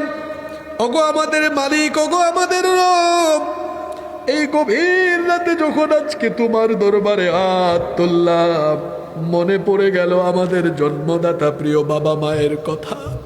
আহারে, আমাদের আব্বা আম্মা আমাদের জন্য কত না কষ্ট করেছেন। বাবা আমাদেরকে বটবৃক্ষের মতো ছায়া দিয়ে কত কষ্ট ত্যাগ স্বীকার করে করে আমাদেরকে লালন পালন করেছেন। আহারে, বাবার কথা মনে পড়লে ছোটবেলার দৃশ্যগুলো স্মৃতিপটে ভেসে ওঠে। বাবা যখন খাবার খেতে বসেছেন, নিজে না খেয়ে সন্তানের মুখে খাবারের লোকমা তুলে দিয়েছে। ঈদের সময় আসলে বাবা নিজে ছেঁড়া কাপড় চোপড় পরিধান করেছেন, কিন্তু সন্তানের মুখে হাসি দেখার জন্য কত কষ্ট করে সন্তানকে নতুন কাপড় কিনে দিয়েছেন। মাথার ঘাম পায়ে ফেলে কত কষ্ট করে করে উপার্জন করে করে আমাদেরকে পড়ালেখা করিয়েছেন। বাড়িতে কম খাইছেন, কম খরচ করেছেন, আমাদের জন্য পড়ালেখার খরচ পাঠিয়েছেন। এত কষ্ট করে করে যে বাবা বটবৃক্ষের মতো ছায়া দিয়ে দিয়ে আমাদেরকে বড় করে তুলেছেন, সেই বাবা আবার সব অর্জিত সম্পদ আমাদেরকে দিয়ে একাকী এতিমের মতো অন্ধকার কবরে চলে গিয়েছেন। মাবুদ গো, আমাদের যাদের আব্বা নাই, আমাদের যেন মাথার উপরে আর কোনো ছায়া নাই। আরে, আমরা যখন বিপদ আপদে মুসিবতে কষ্ট পাই, বাবা যখন বেঁচে ছিলেন মাথায় এসে হাত বলে সান্ত্বনা দিতেন, বাবারে সব ঠিক হয়ে যাবে, চিন্তা করিস না, আমি তো তোর সাথে আছি। আরে, আমাদের যাদের বাবা নাই, আমাদের মাথায় আজকে সান্ত্বনার হাত বুলিয়ে দেওয়ার কেউ নাই। আমাদের যাদের বাবা নাই, ও আল্লাহ, আজকে কতটা বছর হয়ে গেল বাবা বাবা বলে ডাকার সুযোগ পাই না। রব্বুল আলামিন, আমরা যারা আব্বা ডাকতে পারি না, আমাদের মনের বেদনা দুনিয়ার অন্য সন্তানরা বুঝবে না। ও মালিক, এখানে আমরা যারা হাত তুলেছি, আমরা অনেকে আমাদের মমতাময়ী জনম দুঃখিনী মাকেও হারিয়ে ফেলেছি। আহারে, একটি অক্ষর মাত্র মা, কিন্তু মনে হয় যেন সারা দুনিয়ার সকল মধু তুমি এই নামে ঢেলে দিয়েছ গো আল্লাহ। কত মধু মাখা, কত জাদু মাখা এই নাম। রব্বুল আলামিন, আমরা যদি আমাদের শরীরের চামড়া দিয়েও মায়ের জন্য স্যান্ডেলের ফিতা বানাই, ছোটবেলা আমরা যে আমাদের মায়ের বুকের দুধ চুষে চুষে খেয়েছি, এক ফোঁটা দুধের হক আদায় করা সম্ভব হবে না। মাবুদ গো, মায়ের কথা মনে পড়লে কত কথাই তো মাথায় আসে। আজ 4-5 দিন ধরে এত ঠান্ডা পড়েছে, মানুষেরা কম্বল লেপ গায়ে দিয়ে কত আরাম করে ঘুমায়, কিন্তু আমরা যখন আমাদের মায়ের পেটে ছিলাম, যখন মায়ের পেটে গভীর রাতে হাত পা দিয়ে গোতাগুতি করেছি, মা কম্বলের ভিতরে ঘুমাইতে পারে না সন্তানের গোতাগুতির কারণে। মা এত কষ্ট পেয়েছে যেন আমার মায়ের কলেজাটা ছিঁড়ে যাওয়ার মতো অবস্থা। রব্বুল আলামিন, কম্বল সরাইয়া লেপ সরাইয়া কেঁদে কেঁদে কেঁদে কেঁদে বালিশটা ভিজাই দিয়েছেন আমাদের মা। এইরকম করে কতটা রাত যে কেঁদে কেঁদে কাটিয়েছে মা, তুমি ছাড়া আর কেউ সাক্ষী নাই গো আল্লাহ। দিনের বেলা আমাদের মা আমাদেরকে পেটে নিয়ে সাংসারিক সকল কাজ করেছে, রান্না বান্না করে সবাইকে খাওয়ানোর পরে ক্ষুধা পেটে মা যখন খাবারের প্লেটটা নিয়ে বসেছে, ঠিক সেই সময় সন্তান পেটের ভিতরে গুতা মারল। মা তখন খাইতে পারল না, বমি বমি ভাব হয়ে গেল। খাবারের প্লেটটা রেখে দিয়ে ওয়াশরুমে গিয়ে বমি করলো, কিংবা বেডরুমে গিয়ে দরজা বন্ধ করে কাঁদলো। এইরকম যে কত মাস, কত দিন আমাদের মাকে আমরা কাঁদাইছি, তুমি ছাড়া সেটা কেউ জানে না গো আল্লাহ। এইভাবে করে 10টা মাস আমাদের মা গর্ভধারণ করে করে যেই দিন ডেলিভারির দিন আসলো, যেদিন আমাদের মা আমাদেরকে জন্ম দিলেন, আহারে, জিহাদের ময়দানে শহীদ হওয়ার সময় একজন মুজাহিদ যেমন রক্তাক্ত হয়, আমাদের মা তেমন রক্তের নদীতে সাঁতার কেটেছে।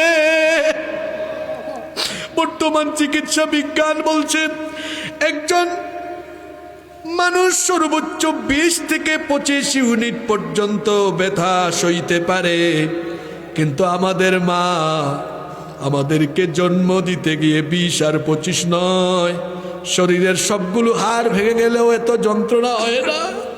50 থেকে 55 ইউনিটের সেই যন্ত্রণা মা কেমনে সহ্য করেছেন তুমি ছাড়া কেউ জানে না। রব্বুল আলামিন, আমিও মাত্র 35-36 দিন আগে আমার মা হারিয়েছি। এই কুয়াশার দিনগুলোতে আমার মায়ের কথা আমার বড্ড বেশি মনে পড়ে। সন্ধ্যার পরেই মা ফোন দিয়ে বলতো, বাবারে আজকে মাহফিল কোথায়? কুয়াশায় তো কিচ্ছু দেখা যায় না, গাড়িটা সাবধানে চালায়ও। কুয়াশার রাতে রাত 3টা পর্যন্ত কেউ টেনশন করে না, কিন্তু মা টেনশন করে করে একটুও ঘুমায় না। আমাদের যাদের মা নাই, আমাদের জন্য আজ টেনশন করারও যেন কেউ নাই। রব্বুল আলামিন, গভীর রাতে বাড়ি ফিরে গেলে দেখা যায় কনকনে ঠান্ডার রাতে সবগুলা মানুষ ঘুমায় গেছে, কেউ অপেক্ষা করে না। কিন্তু শীতের দিনে বাড়ির দরজায় দাঁড়ায় দাঁড়ায় শুধুমাত্র মা অপেক্ষা করে। আল্লাহ, আমাদের যাদের মা নাই, বাড়ির দরজায় এখন আমাদের জন্য দাঁড়িয়ে অপেক্ষা করার কেউ নাই। বিপদে পড়লে মা এসে মাথায় হাত বোলায়, কিন্তু আমাদের যাদের মা নাই, আমাদের এখন মাথায় আর সান্ত্বনার হাত বুলিয়ে দেওয়ার কেউ নাই। ও আল্লাহ, তাকিয়ে দেখো এই চান্দলার কেবি স্কুল মাঠের দিকে। মা হারায়া, বাপ হারায়া কত সন্তানরা এতিমের মতো কেঁদে ভিক্ষার হাত তুলেছে।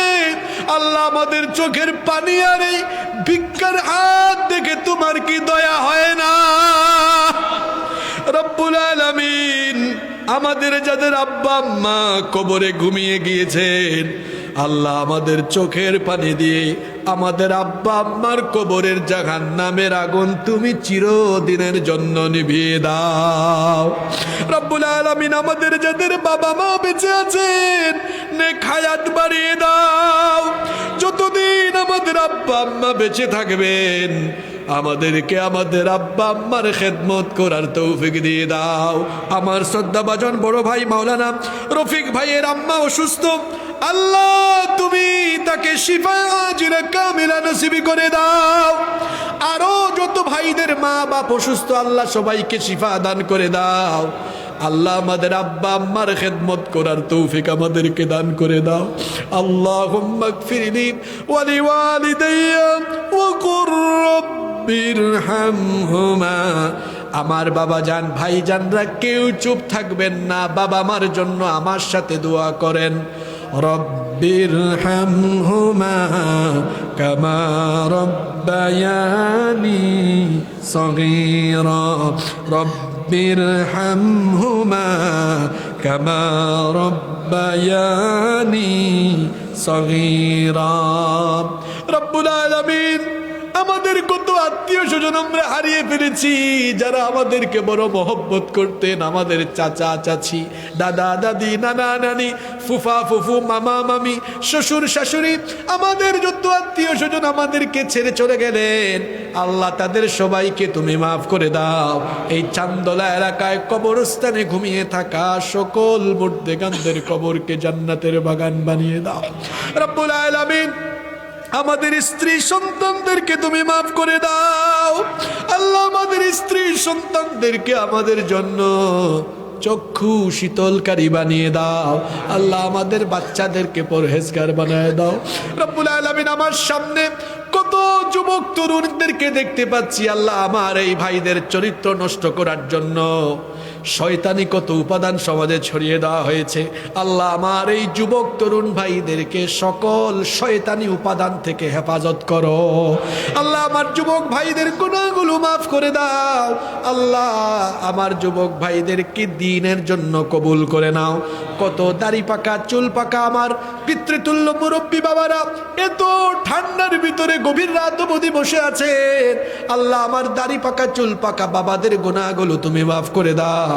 আল্লাহ আমার বাবাদেরকে তুমি ইমানি জিন্দেগি নসিব করে দাও। আমাকে পড়াতে পারবেন আমার উস্তাদ তুল্য অনেক আলেমে দ্বীন মঞ্চে এবং মঞ্চের চারপাশে বসে আছে। আল্লাহ আমাদের এই উস্তাদদেরকে, আমাদের মাশায়েখদেরকে, আমাদের এই সকল আলেমদেরকে মাফ করে দাও, উনাদের ইজ্জত সম্মান আরো বাড়ায়া দাও।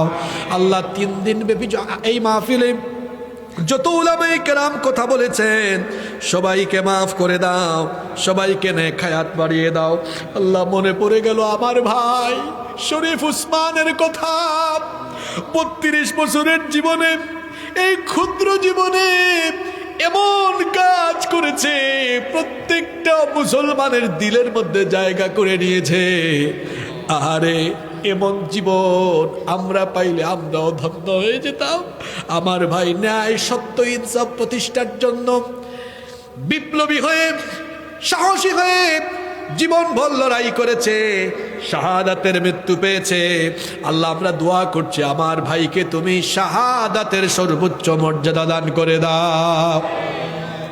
রব্বুল আলামিন আমার দেশকে তুমি কোরআনের জন্য কবুল করে নাও। ও মালিক 54টা বছর ধরে আমার দেশটা বড় মজলুম, আমার দেশটা বড় মজলুম। আল্লাহ আমার দেশে আমরা সততা, ন্যায়, স্বচ্ছতা, ইনসাফ এগুলো কায়েম দেখতে চাই। আল্লাহ শয়তানি শক্তি এটা চায় না। আল্লাহ সমস্ত শয়তানি শক্তি, তাগুতি শক্তিদের সকল ষড়যন্ত্র তুমি দুর্বল করে দাও। রব্বুল আলামিন আমরা যারা তোমার জমিনে তোমার দিনকে বিজয়ী দেখতে চাই, আমাদের ইমানি যোগ্যতা, ইমানি তেজ আরো বাড়িয়ে দাও। আল্লাহ আমাদের মনের সকল হীনমন্যতা দূর করে দাও, মানবিক সকল দুর্বলতাগুলো তুমি দূর করে দাও। আল্লাহ আমাদের বুক ভরা ঈমান আর সাহস দাও। রব্বুল আলামিন আমাদের অন্তরে তাকওয়া আরো বাড়ায়া দাও। রব্বুল আলামিন ওগো আমাদের মালিক, ওগো আমাদের রব, এই 3 দিনের মাহফিল আঞ্জাম দিতে গিয়ে তোমার কত বান্দা বান্দিরা সাহায্য সহযোগিতা করেছেন, দান সদকা করেছেন। আল্লাহ সকলের সাহায্য সহযোগিতাকে কবুল করে নাও। আল্লাহ মাহফিল ইন্তেজামিয়া কমিটির সভাপতি অধ্যক্ষ কবির আহমদ ভাইকে মাফ করে দাও। ওনার সাথে যারা এই সিরাতুন নবী সাল্লাল্লাহু আলাইহি ওয়াসাল্লাম ফাউন্ডেশনে যারা আছেন, যারা কষ্ট করেছেন, আমার ভাই শ্রদ্ধাভাজন বড় ভাই মাওলানা রহমতুল্লাহ ভাই, মাওলানা রফিক ভাই সহ উনাদের সাথে যত ভাইয়েরা কষ্ট করেছেন, আল্লাহ সবাইকে তুমি মাফ করে দাও, সবার যোগ্যতা দক্ষতা বাড়িয়ে দাও। আল্লাহ এই এলাকার উপরে তোমার রহমত আর বরকত আরো বৃদ্ধি করে দাও। আল্লাহ আমাদের রিজিকের মধ্যে বরকত বাড়িয়ে দাও। আল্লাহ আমাদেরকে সকল হারাম থেকে বাঁচায় রাখো।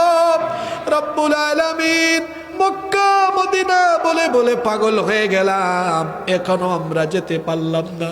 মাবুদ গো, মৃত্যুর আগে মক্কা মদিনার মেহমান আমাদেরকে বানায়া দিও। রব্বুল আলামিন ও রব, এই আশায় আমরা কিছুক্ষণের মধ্যে হাত নামাবো যে তুমি আমাদেরকে মাফ করেছো। আল্লাহ মাফ না করে আমাদেরকে তুমি বিদায় দিও না। আল্লাহ আবারও বলছি, ক্ষমা থেকে তুমি আমাদেরকে বঞ্চিত করো না। হতে পারে হতে পারে হতে পারে আজকের এই মোনাজাত আমাদের কারো কারো জন্য জীবনের শেষ মোনাজাত হয়ে যেতে পারে। আল্লাহ যদি আর গুনাহ মাফের সুযোগ না পাই, তাহলে তো আমাদের কবরের জীবন জাহান্নামের গর্তে পরিণত হয়ে যাবে। ও আল্লাহ, জাহান্নাম থেকে আমরা তোমার কাছে পানাহ চাই। ও মালিক, আমরা এই আশা করে আজকে হাত নামাবো যে তুমি আমাদেরকে তোমার রহমতের কোলে তুলে নিয়েছো, তুমি আমাদেরকে ক্ষমা করে দিয়েছো। মাবুদ গো, ও মাবুদ, আমাদের গুনাহ হয়তো বেশি, কিন্তু তোমার দয়া তো তার থেকেও বেশি। আল্লাহ আমাদের গুনার দিকে তাকায়ও না, তোমার রহমতের দিকে তাকাও। তোমার রহমতের দিকে তাকায়া সব গুনাহ তুমি মাফ করে দাও। আল্লাহ এত এত মানুষ লম্বা সময় ধরে হাত তুলে শুধু আমিন আমিন বলছেন, জানি না আমি কার মনে কোন ব্যথা। আল্লাহ যারা আমিন আমিন বলছেন, প্রত্যেকের দিলের নেক বাসনা তুমি পূরণ করে দাও। রব্বুল আলামিন কুয়াশাচ্ছন্ন এই রাতে রাস্তাঘাটে পথ চলাচলে তুমি আমাদের হেফাজতকারী আর নিরাপত্তা দানকারী হয়ে যাও। রব্বুল আলামিন ওগো আমাদের মালিক, আখেরি ফরিয়াদ তোমার কাছে গো আল্লাহ, দুনিয়াতে কেউ আমরা চিরদিন থাকবো না। আমাদের পাপের কারণে, আমাদের গুনাহের কারণে আমাদের উপর রাগ করে বেজার হয়ে আসমান জমিনের বালা মুসিবত দিয়ে তুমি আমাদেরকে ধ্বংস করে দিও না গো আল্লাহ রব্বুল আলামিন। আমাদের পাপের কারণে, গুনাহের কারণে আমাদের উপর বেজার হয়ে এমন এমন কঠিন রোগ দিও না, যে রোগের চিকিৎসাও দুনিয়াতে পাওয়া যায় না।